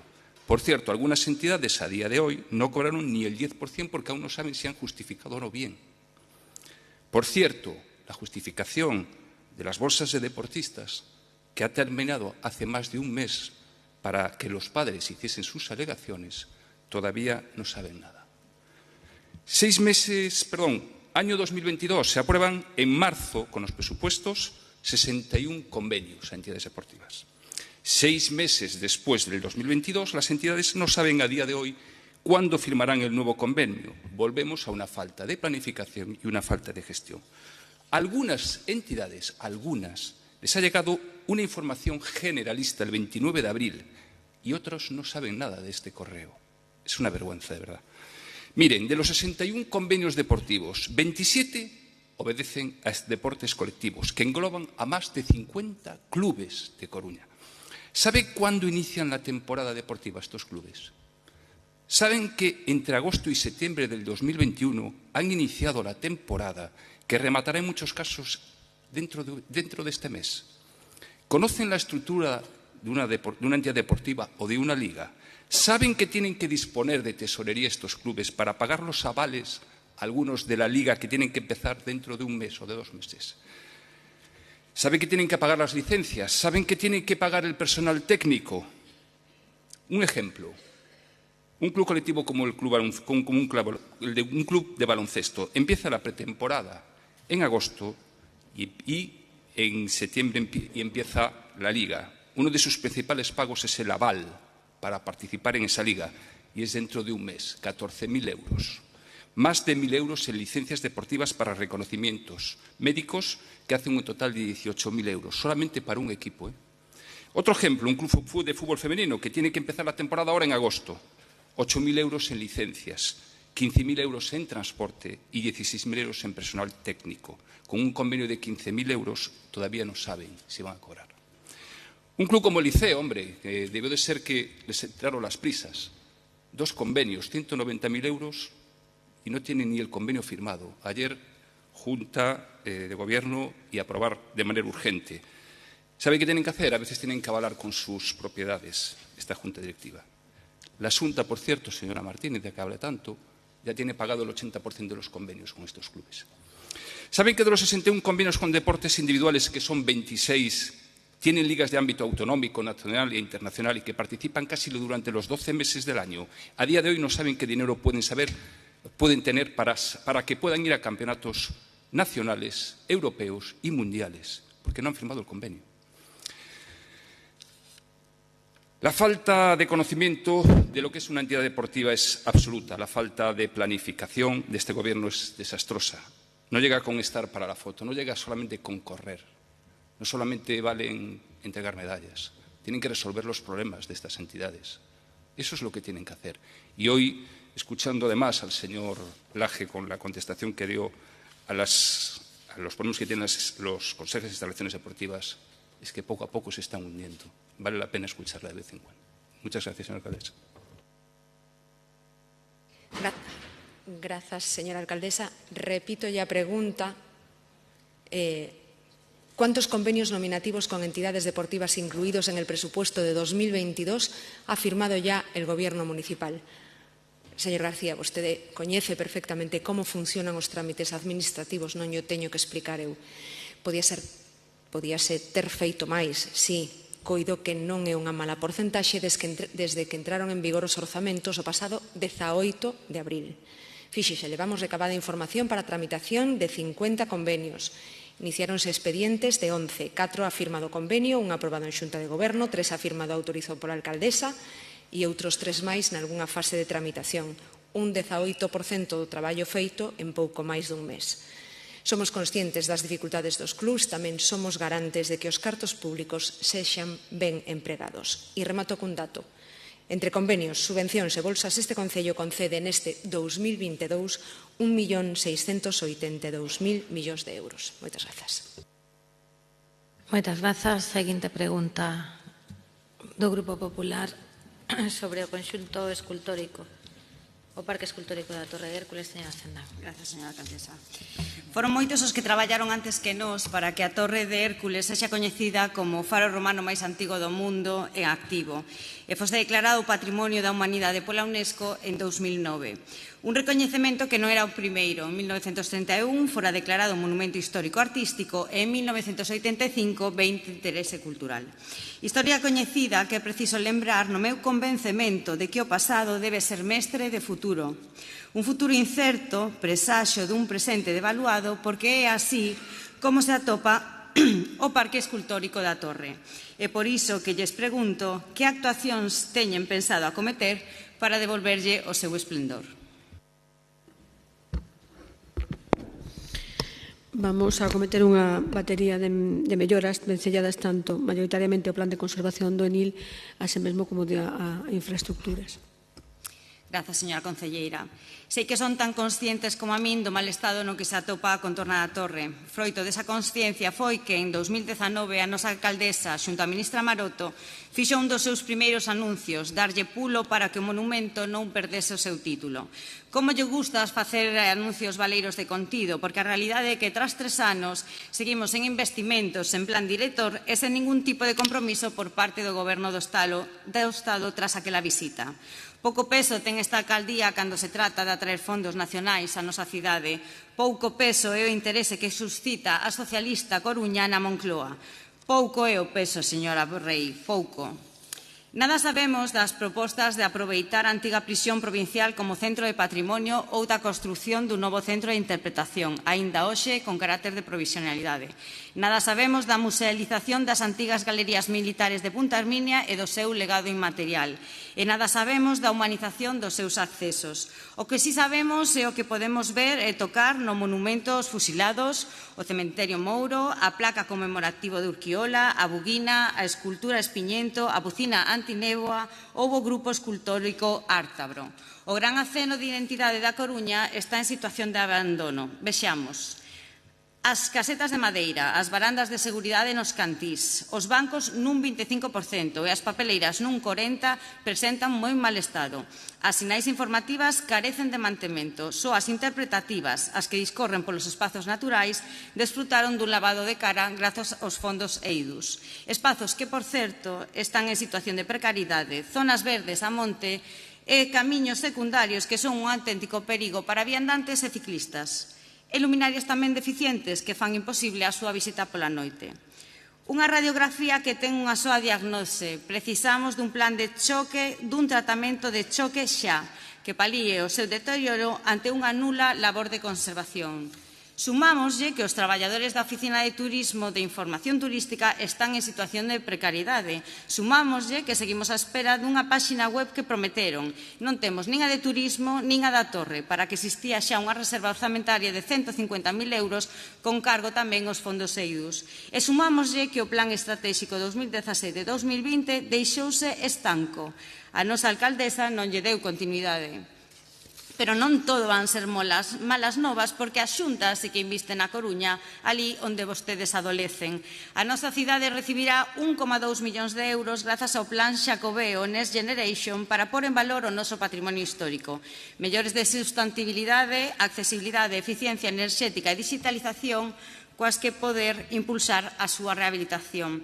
Investimento que se une aos 1,5 millóns para a construción do primeiro albergue público de peregrinos na Coruña, no marco da potenciación do Camiño Inglés ao seu paso pola nosa cidade. Un proxecto clave polo da atracción turística para aqueles que non pernoctaban na nosa cidade pola súa ausencia. É por todo isto que demandamos a posta en marcha deste tratamento de choque, petición reiterada neste salón de plenos. Tememos que, senón, a recuperación global do parque sexa xa de moi difícil reversión. En 2019, vou rematando, o plan director da Torre era unha das prioridades da nosa alcaldesa. Sen embargo, nada fixo para conservar nin o emblema da nosa cidade, nin o ecosistema que o rodea, ambos imprescindibles para que o noso faro siga a ser patrimonio da humanidade. Hoxe, como onte, as súas verbas e compromiso carecen de dignidade. Non precisamos da súa literatura, senón de compromisos e actuacións. Moitas gracias.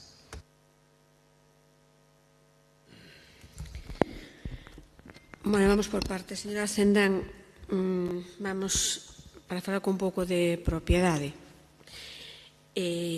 O entorno da torre é un enil, non é un parque escultórico. E como tal ten un plan de conservación. E, por certo, un enil que con data 5 de xuño, Día de Medio Ambiente, do ano 2017, o Pleno do Concello de Coruña aprobou tamén cos seus votos por unanimidade.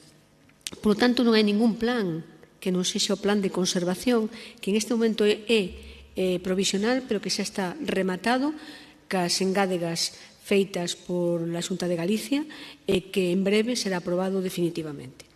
Dito isto, nunca antes estivo tan vixiado e monitorizado e cuidada a zona do enil da Torre. Repito, é que é un enil, non é un parque urbano, é un sitio protegido, unha zona protegida a nivel natural.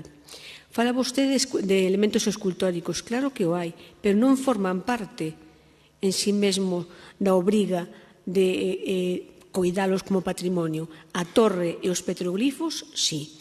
Aínda así, dende a Consellería de Infraestructuras acaban de acometer a reparación, en concreto, non me quero equivocar, da guitarra de Pablo Serrano e o conxunto de Ártabros. Gustaríame, en eso estou de acordo, facer fincapé en que non está nas mellores condiciones o mobiliario urbán, pero que tamén en eso acometemos un estudo para facer, por certo, un proxecto EIDUS de licitación inminente xa redactado con un presuposto de licitación de casi 224.000 euros. Nunca se fixo unha inversión así nesa zona, despois de facer a información actualizada sobre o número, estado e tipoloxía de mobiliario e sinais presentes no espazo natural.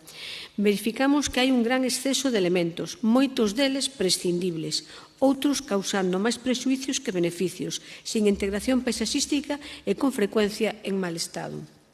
Así, inventariamos 139 bancos diversos, 14 barandas, 3 casetas, 6 escaleiras, 8 fontes, 10 focos, 53 papeleiras, 48 sinais diversas e outros elementos varios ata chegar ao total de 301. A prisión, por certo, non forma parte do parque escultórico nin da zona enil. Nesta liña, procederemos á retirada dos elementos deteriorados e á reducción do seu número conforme os criterios habituais da xestión dun espazo natural, repito, non dun parque urbano, e farémolo dende xa. Empezaremos xa este verán, a finais deste mes de xuño, a reparación de moitos dos elementos da contorna, así como a retirada daqueles que xa non son susceptibles de mellora.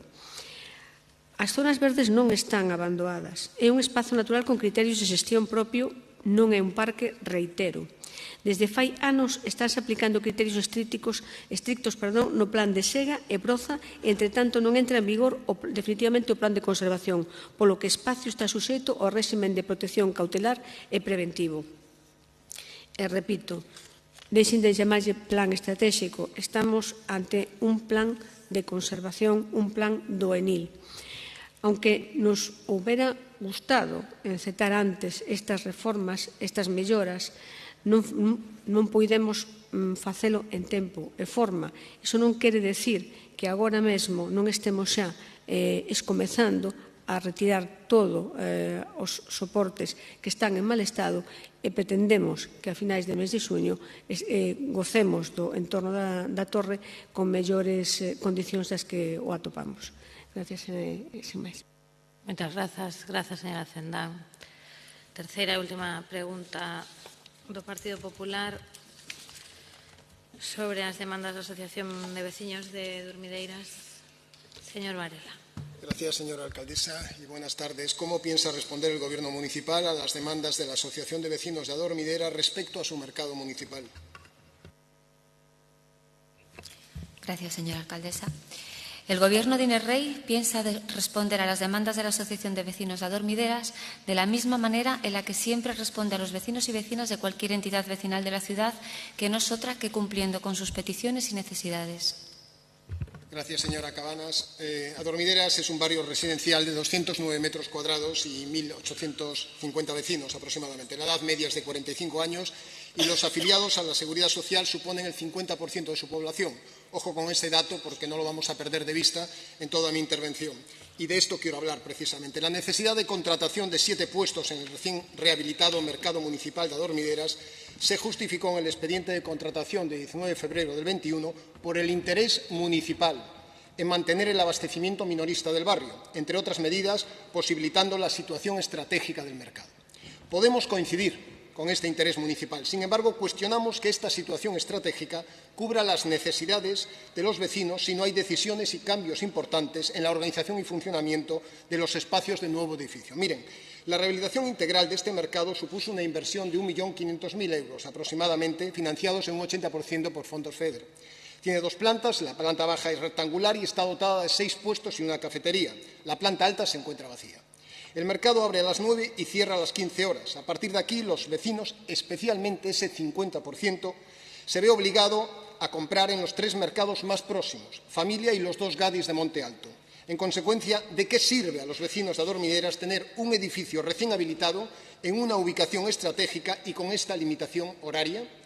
Sin horario de tarde, este edificio municipal únicamente cubre parte de las necesidades de parte de los vecinos del barrio. Sin horario de tarde, los vecinos de Adormideras están siendo discriminados en cubrir su necesidad de aprovisionamiento de alimentos respecto a otros vecinos y a otros barrios de la ciudad. El Ayuntamiento apuesta por el comercio de proximidad. De acuerdo, entonces coincidirán conmigo en que no es aceptable que personas que trabajan y vuelvan a su casa en el barrio por la tarde-noche tengan que desplazarse a otro barrio por no disponer en el suyo de un servicio de proximidad adaptado a sus necesidades horarias.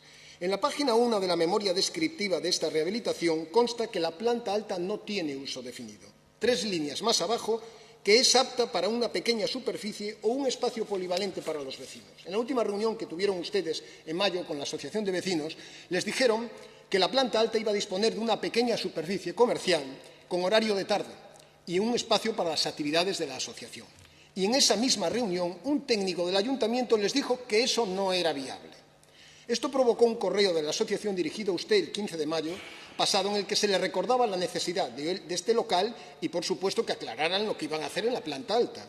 En la página 4 de la misma memoria descriptiva se dice que el uso característico del edificio es comercial y precisa 6 puestos de mercado, cafetería, sala polivalente central, un espacio perimetral en el mercado para un mercado eventual y punto final. Punto final. Y lo digo así porque en ninguna página, en la misma página, en el apartado Otros usos previstos, consta el término ninguno. Respecto a su uso comercial, 2 reflexiones. 1. Dispone de una superficie útil entre las 2 plantas de 1.997 metros cuadrados. 735 planta baja, 561 la alta. Los puestos de alimentación y la cafetería ocupan 200 metros cuadrados, es decir, el 15% de la superficie útil. Entre la sala polivalente central y el espacio comercial perimetral para mercado eventual, ambos en planta baja, y la superficie útil de la planta alta sin uso definido, ocupan 992 metros cuadrados, es decir, 76,5% de la superficie útil del edificio, sin poner en duda la necesidad y los usos que se le vayan a dar en el futuro a estos espacios. Como mínimo, parece que hay una enorme desproporción entre el espacio dedicado a lo estable, a lo seguro, a lo que presta un servicio fundamental y a diario a los vecinos, y lo que es eventual, imprevisible o está por definir. Dicho de otro modo, el espacio rehabilitado presenta una diferencia de ocupación de 60 puntos porcentuales a favor de lo hipotético frente a lo real. Y esto hay que solucionarlo, señora Cabanas, cuanto antes. En la Administración, a cabo, no siempre tenemos las mejores ideas. A veces es más importante escuchar y saber reconocer una buena idea que tenerla. Reúnase otra vez con los vecinos de Adormideras, resuelva sus dudas y piense que lo único que le están pidiendo es ser tratados de igual forma que los vecinos de otros barrios de esta ciudad. Muchas gracias. En las diversas reuniones mantenidas con la Asociación de Vecinos, precisamente como decía usted, la última recientemente, ellos nos han trasladado 3 demandas fundamentales. La puesta en marcha de una cafetería en el mercado, la posibilidad de que el barrio disponga de un supermercado o espacio comercial que ofrezca servicio al barrio para poder así adquirir allí otros productos que nos ofrecen, como decía usted, desde los puestos actuales del mercado de abastos, y la necesidad de contar con un local para desarrollar su actividad como asociación de vecinos. En primer lugar, tenemos que recordarles que el mercado municipal de Adormideras aún no está finalizado.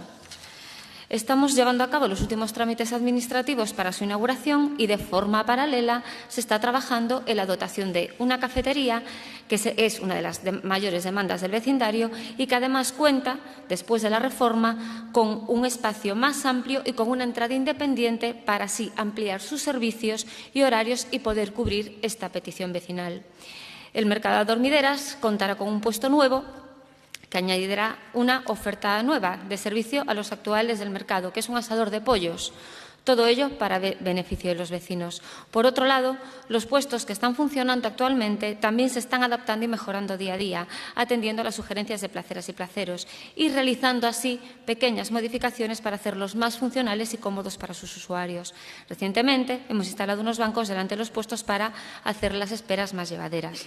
Con respecto a estos temas, señor Varela, tengo que recordarle que cuando ustedes gobernaron en esta ciudad ya existían las demandas de mejora del mercado y de ampliación de sus servicios, y ustedes la ignoraron. Cuando llegamos al Gobierno nos encontramos con un mercado bunkerizado, oscuro, ciego al exterior, y ha sido el Gobierno de Inés Rey, este Gobierno municipal, quien ha convertido aquel edificio oscuro y gris en un mercado funcional, totalmente acristalado, luminoso, agradable, como se merece un barrio como el de Adormideras. Y como una imagen vale más que 1000 palabras, esto es lo que nos encontramos. Así es ahora. Este nuevo edificio dará respuesta a los vecinos y vecinas del barrio, no solo como mercado de abastos, sino que además se reservará un espacio para que la asociación de vecinos pueda desarrollar su función de representación y puedan llevar a cabo sus actividades. Así se les ha anunciado también. Un espacio que será ahora más amplio, luminoso y funcional que el espacio del que disponían antes. Por otro lado, aprovecho para anunciarles que estamos preparando la licitación de la planta superior para dotarla de un nuevo espacio comercial, una de las mayores demandas de los vecinos del barrio, que permitirá la adquisición de otros productos inexistentes en el entorno de Adormideras, ya que ahora, como bien decía usted, están obligados a efectuar sus compras en otros barrios de la ciudad. Este nuevo mercado cuenta también con un espacio para hacer eventos gastronómicos, degustaciones, show cooking, que ayuden así a dinamizarlo y promocionar nuestros productos de cercanías. Para finalizar, señoras y señores del PP, como todos ustedes pueden observar, no solo hemos procedido a la reforma de un mercado totalmente necesaria, sino que estamos trabajando para el aumento de nuevos servicios que mejorarán la calidad de vida de nuestros vecinos y vecinas del barrio de Adormideras. Muchas gracias. Grazas, señora Cabanas, señor Varela. Grazas ao Partido Popular. Rematan aquí as preguntas orais presentadas polo Partido Popular. As escritas serán respondidas antes do vindeiro pleno. Pasamos xa como último punto os rogos orais, comezando polos da concelleira non adscrita, a señora Faraldo. Grazas, señora alcaldesa. O primeiro rogo é sobre a preservación da seguridade da veciñanza dos edificios aledaños ao edificio en ruínas de Santa Lucía. Ese inmoble, sito no número 8 e 10, dá un patio de mazá que comparte cos edificios colindantes, así que como cos edificios número 20 ao 34 da avenida Fernández da Torre. Dende a rúa Santa Lucía xa se pode apreciar o estado da fachada principal moi deteriorada e que supuxo ademais caída de elementos a vía pública. Pero o estado da fachada posterior, ou visto de outra maneira, a interior, a que dá aos patios, é aínda peor, xa que é inexistente prácticamente, quedando a estructura apuntalada dunha forma moi precaria que non impide, aínda así que caian cascotes ao patio da Mazá, co cual hai veciñas que teñen os seus patios no cual hai veciñas que teñen os seus patios e as súas fiestras. No interior do edificio hai ademais acumulado lixo, así como diferentes materiais combustibles, o que supón un alto risco de lumes. Debido a esta concentración de lixos no inmoble, hai unha gran cantidade de insectos que afectan ás vivendas colindantes, páxaros e gaviotas, así como gatos e demais animais.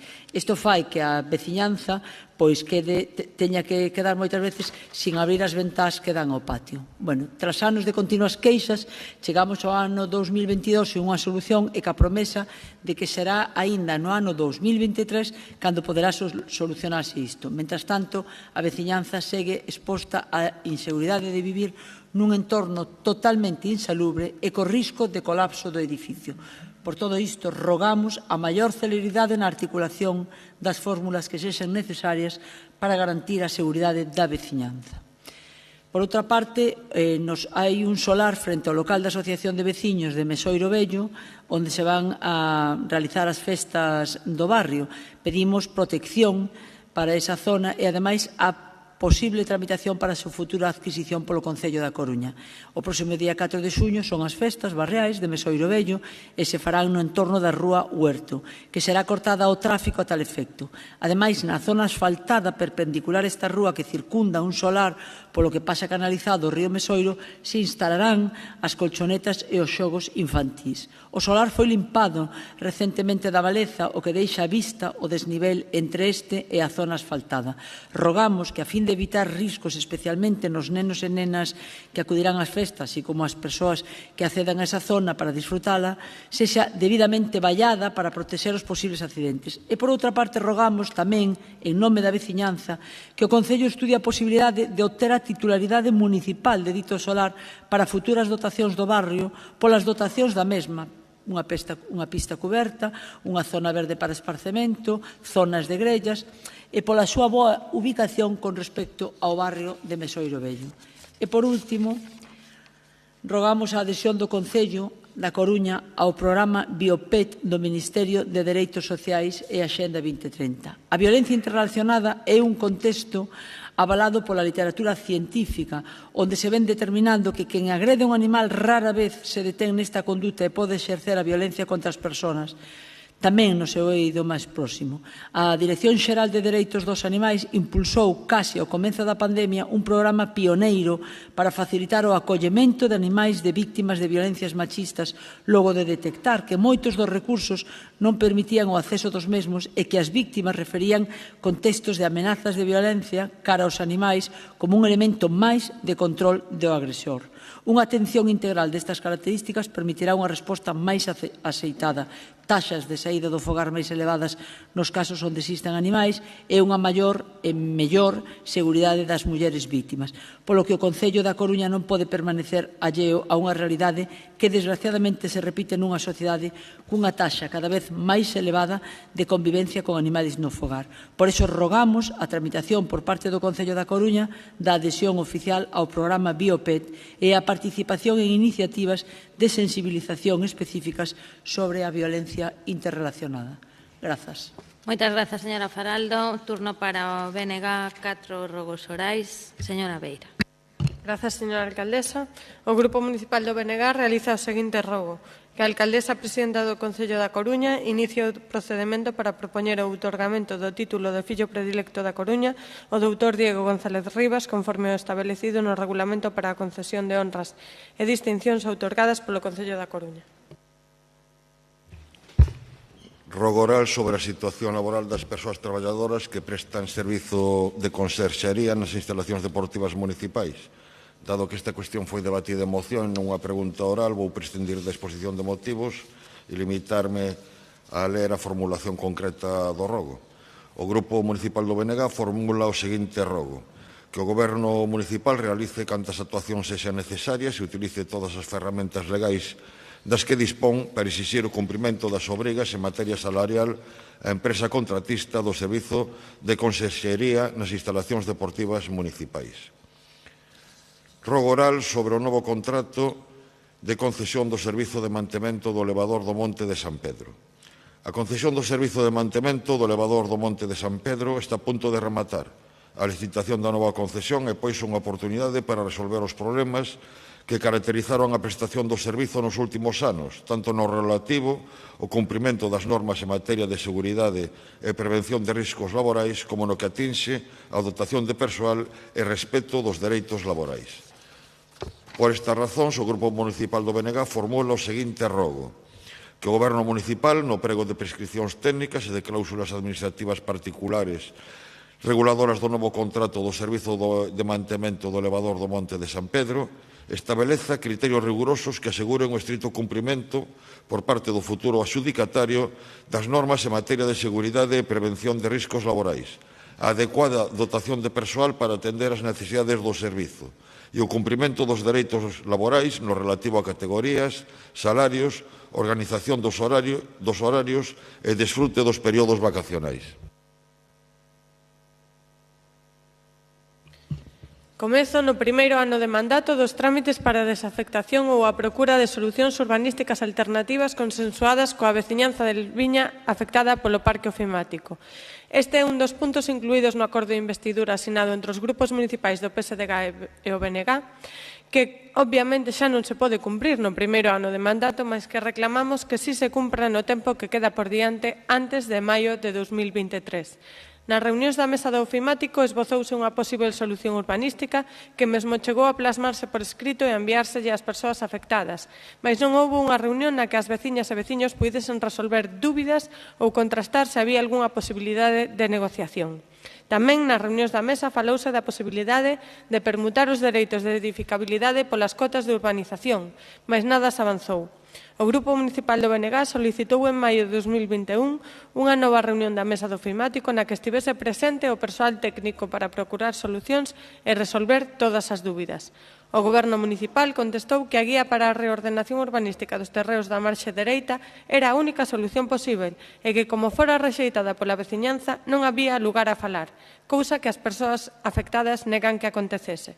En todo caso, se hai dúbidas ou puntos de discrepancia, haberá que seguir falando para intentar resolvelos. Iso é consensuar unha solución. Nesa mesma contestación, dice textualmente: compre continuar na búsqueda de alternativas que fagan viável o pagamento das cotas de urbanización que restan por xirar, polo que se convocará unha nova mesa para analizar este aspecto. E a mesa non se volveu reunir. Desde o BNG volvemos solicitalo no pleno de novembro de 2021 a través dunha pregunta oral, mas tampouco se convocou nese momento. Leva, pois, desde outubro de 2020 sen se xuntar. En consecuencia, o Grupo Municipal do BNG realiza o seguinte rogo. Primeiro, que o Goberno local convoque no prazo máximo dunha semana a mesa de traballo coa veciñanza del Viña afectada polo parque ofimático para explicar a proposta recollida na guía para a posible reordenación urbanística dos terreos situados á marxe dereita de Alfonso Molina, correspondentes ao núcleo del Viña con respecto ao plan parcial do sector 10 parque ofimático, para atender as dúbidas sobre o documento e falar sobre a solución que se ofrece. 2. Que o Goberno local convoque para dita reunión o persoal técnico necesario de urbanismo, mas tamén os servizos de intervención e recadación para dar conta da posible solución para o problema das cotas de urbanización que reclama unha parte da veciñanza, que cedería a edificabilidade que lle corresponde.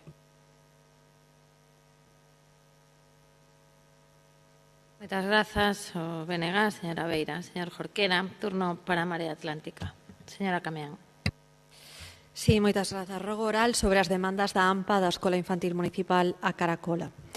En data 30 de maio de 2022 mantivemos unha xuntanza coa AMPA da Escola Infantil Municipal a Caracola E nesta mesma xuntanza trasladáronnos a súa preocupación por non dispoñer para o vindeiro curso educativo das mesmas horas de gratuidade 8 que outras escolas infantís, tanto públicas e privadas, tras o anuncio da Xunta de Galicia. Queremos manifestar o noso apoio ante esta demanda que consideramos xusta e tamén importante, ante o agravio comparativo que implica e tamén ante a necesidade de que as distintas administracións públicas se coordinen dun xeito efectivo co fin de garantir a conciliación das familias.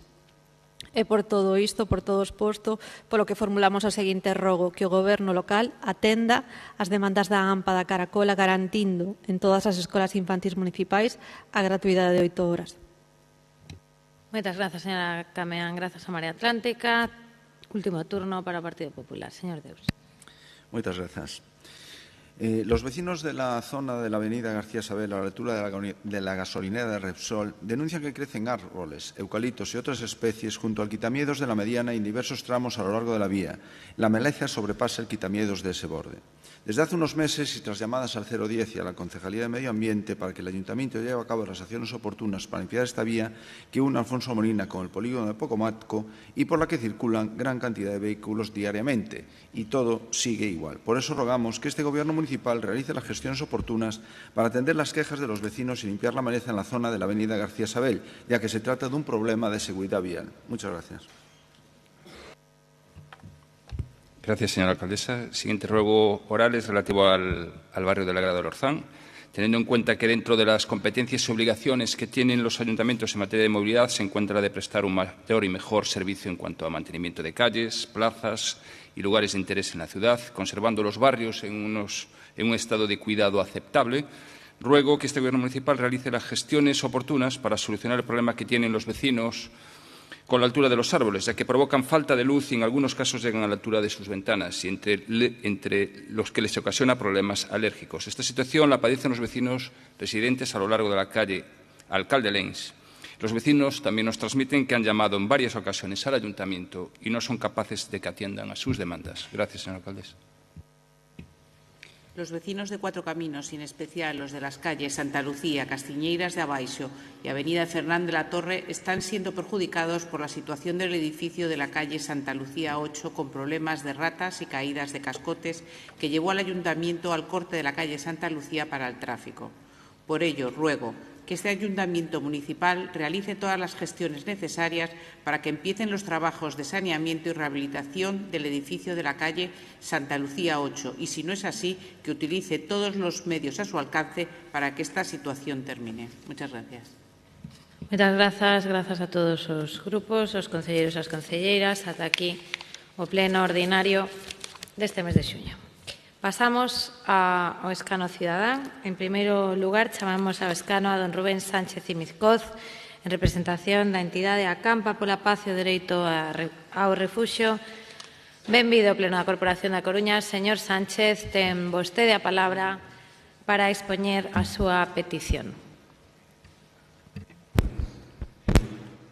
Señora alcaldesa, señoras e señores concelleiros, como vostedes saben, Acampa é unha asociación sen ánimo de lucro que traballa para sensibilizar sobre o dereito de asilo e os dereitos humanos. Desde o seu nacemento, Acampa reuniu o esforzo de decenas de asociacións culturais, de veciños, sociais, sindicais, políticas e ONG da nosa cidade e buscou a cooperación das institucións para ofrecer á cidadanía un mosaico de testemunhas, informacións, análises, fotografías, etc., sobre as situacións que viven as persoas que se desprazan forzadamente.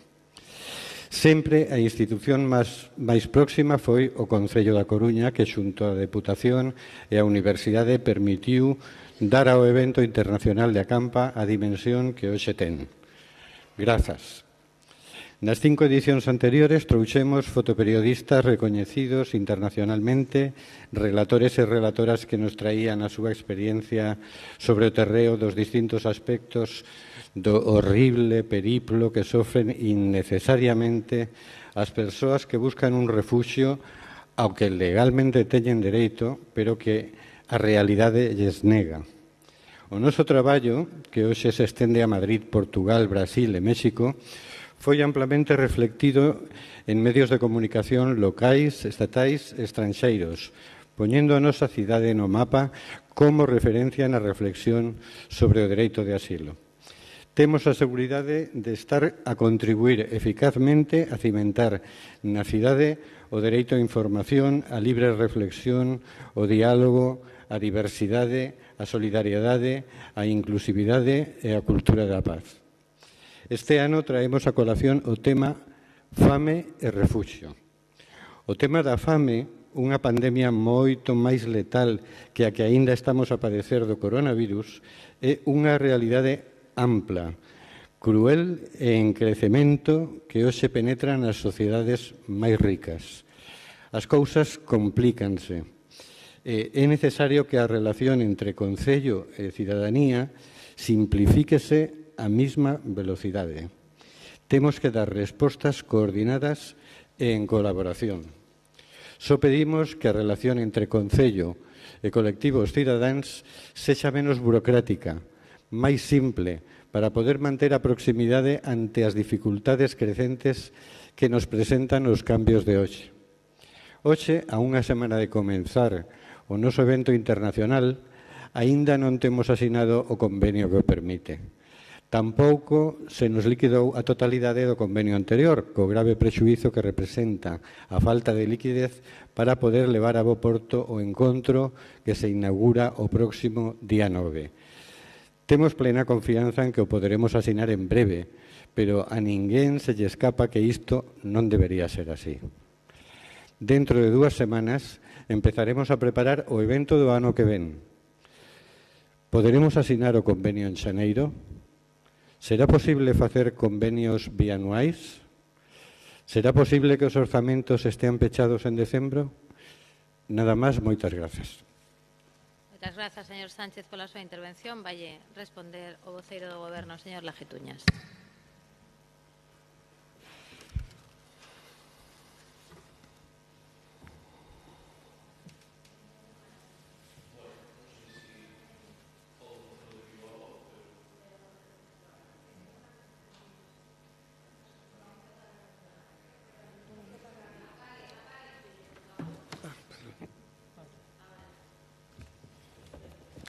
Boa tarde.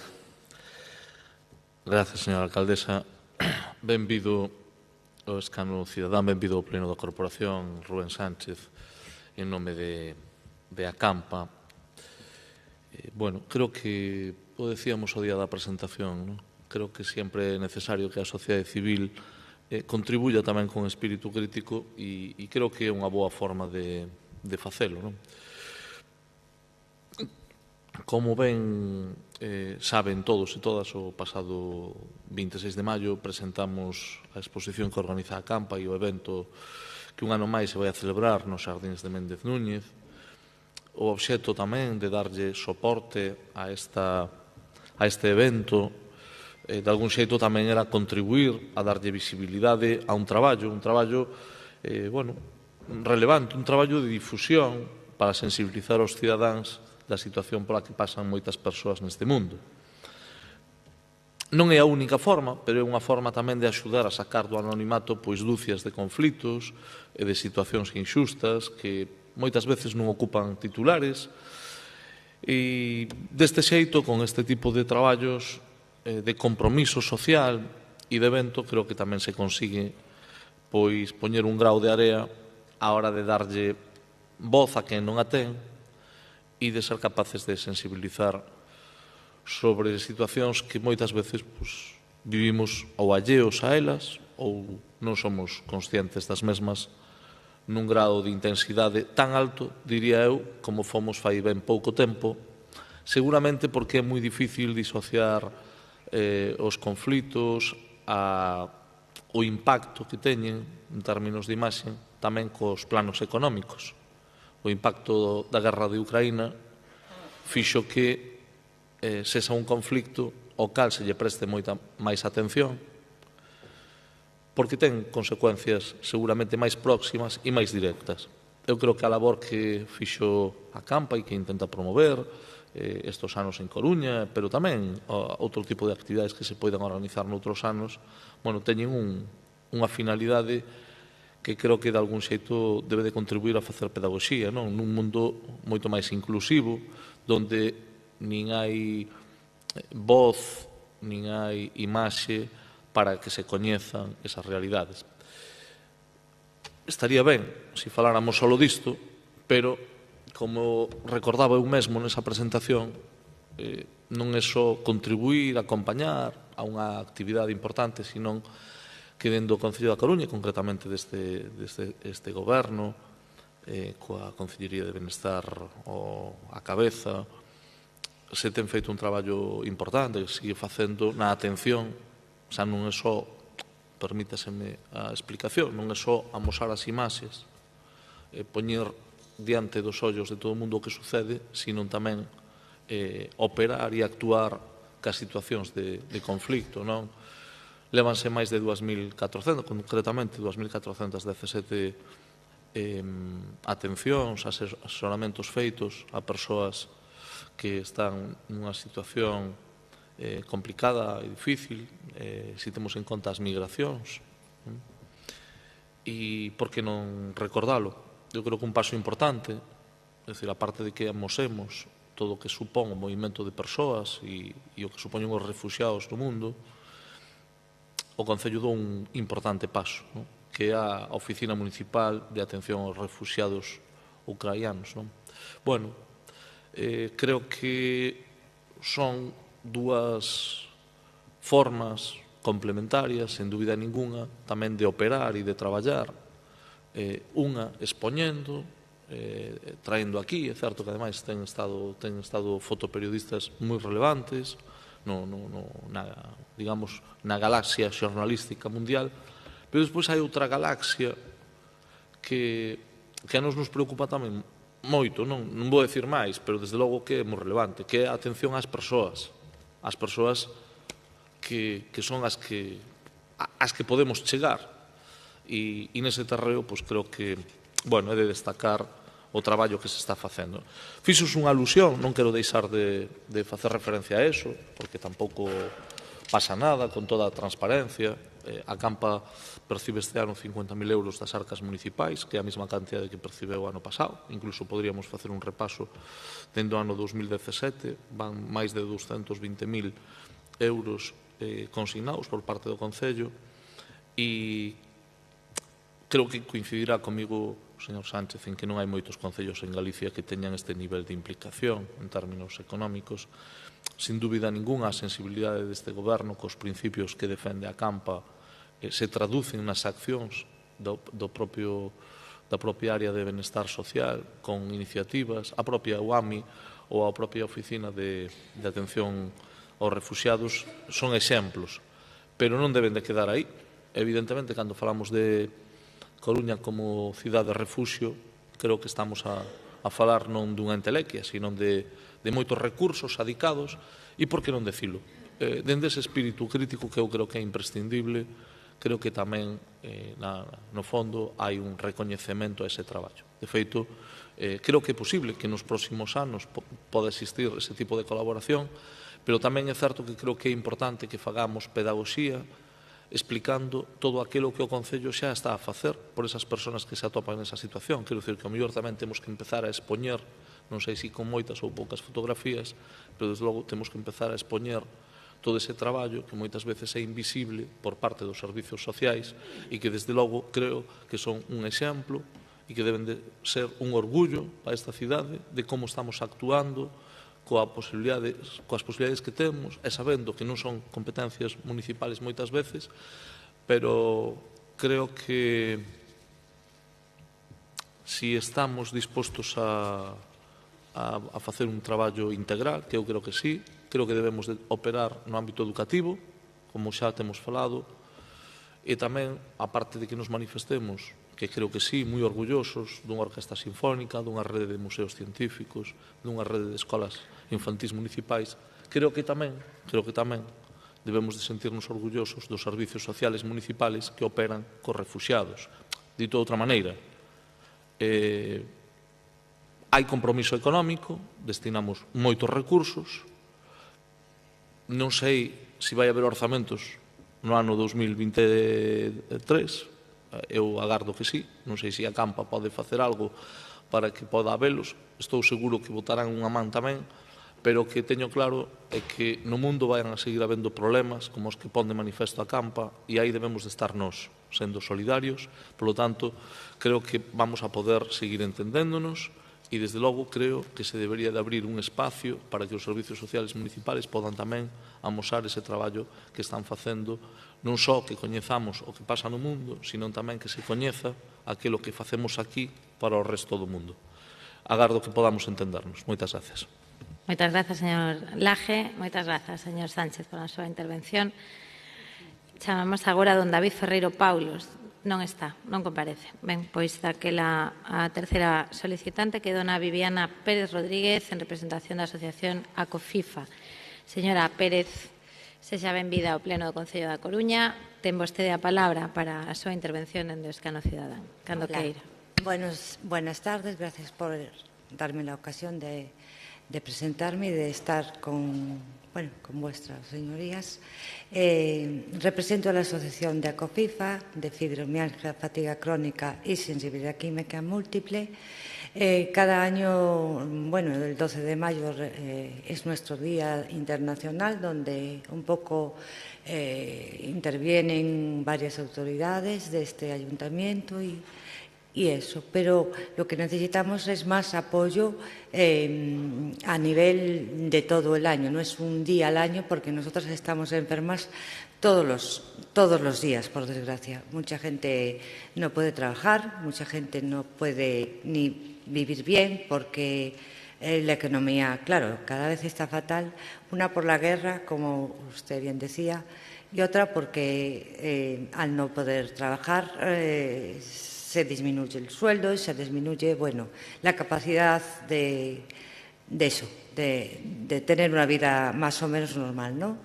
Entonces, lo que reivindicamos desde la asociación, aparte de la divulgación desde el ayuntamiento, por supuesto, también reivindicamos que los asuntos sociales tengan en cuenta que nosotros somos personas enfermas, que muchos de los facultativos, algunos facultativos, no nos entienden porque no se nos ve por fuera. Pero tenemos sumamente dolores inmensos y a veces van a trabajar con esos mismos dolores y traen los dolores para casa.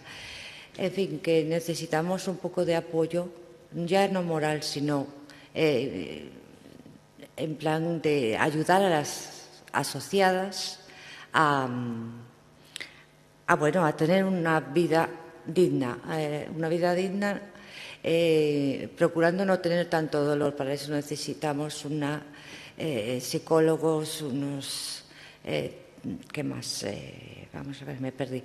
Psicólogos, también necesitamos unos fisioterapeutas imprescindibles y apoyo y divulgación, sobre todo. Nada máis, muchas gracias. Perdón, non se pode aplaudir na tribuna, sinto. Moitas grazas, señora Pérez, pola súa intervención. Vaille contestar a concelleira de Benestar Social, a señora Neira. Gracias, señora alcaldesa. Viviana, bienvenida a este salón de plenos y bienvenida también a Ángeles y al compañero que te acompaña. Y gracias por venir y por manifestar una realidad que se manifestó hace poco, además con la lectura de ese manifiesto y que, lógicamente, cualquiera de los miembros de esta corporación podemos entender y podemos hacer un ejercicio de empatía y ponernos en vuestro lugar y saber exactamente lo que necesitáis. Lo hablamos en ese momento y te lo vuelvo a decir ahora.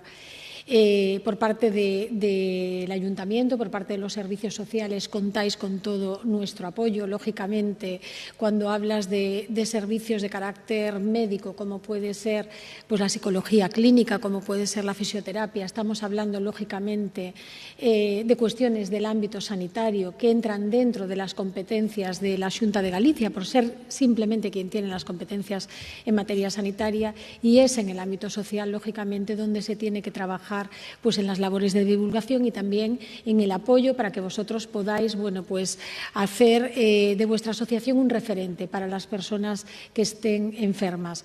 Contáis con ese local. Yo pensé, porque lo había visto así en la solicitud de escaño ciudadano, que me ibas a comentar de la necesidad de un local más amplio para hacer actividades. Vosotros ya contáis con ese espacio en el Centro Cívico de San Diego, que además, viene del año 2015 y no es compartido. Estáis vosotras, lógicamente, ponernos a vuestra disposición, no con la cesión de otro local, no quiero mentir, porque no existe esa disponibilidad, pero sí con la cesión de los espacios municipales para hacer toda aquella labor de divulgación que vosotros requiráis. Y luego comentarte que en el ámbito psicológico y teniendo en cuenta que tenéis una afectación importante y que además hoy en día es un tema que, por desgracia, está a la orden del día, decir que es un compromiso y una preocupación de este Gobierno, no de su competencia, pero sí de su incumbencia, ¿no? que se dice mucho últimamente, lo que es el apoyo en materia psicológica y que estamos trabajando no solamente en ese plan municipal de salud mental, sino también en toda una serie de cuestiones que redundan en mejorar la calidad de vida en cuanto al tema de la salud mental y el tema médico en relación a la psicología.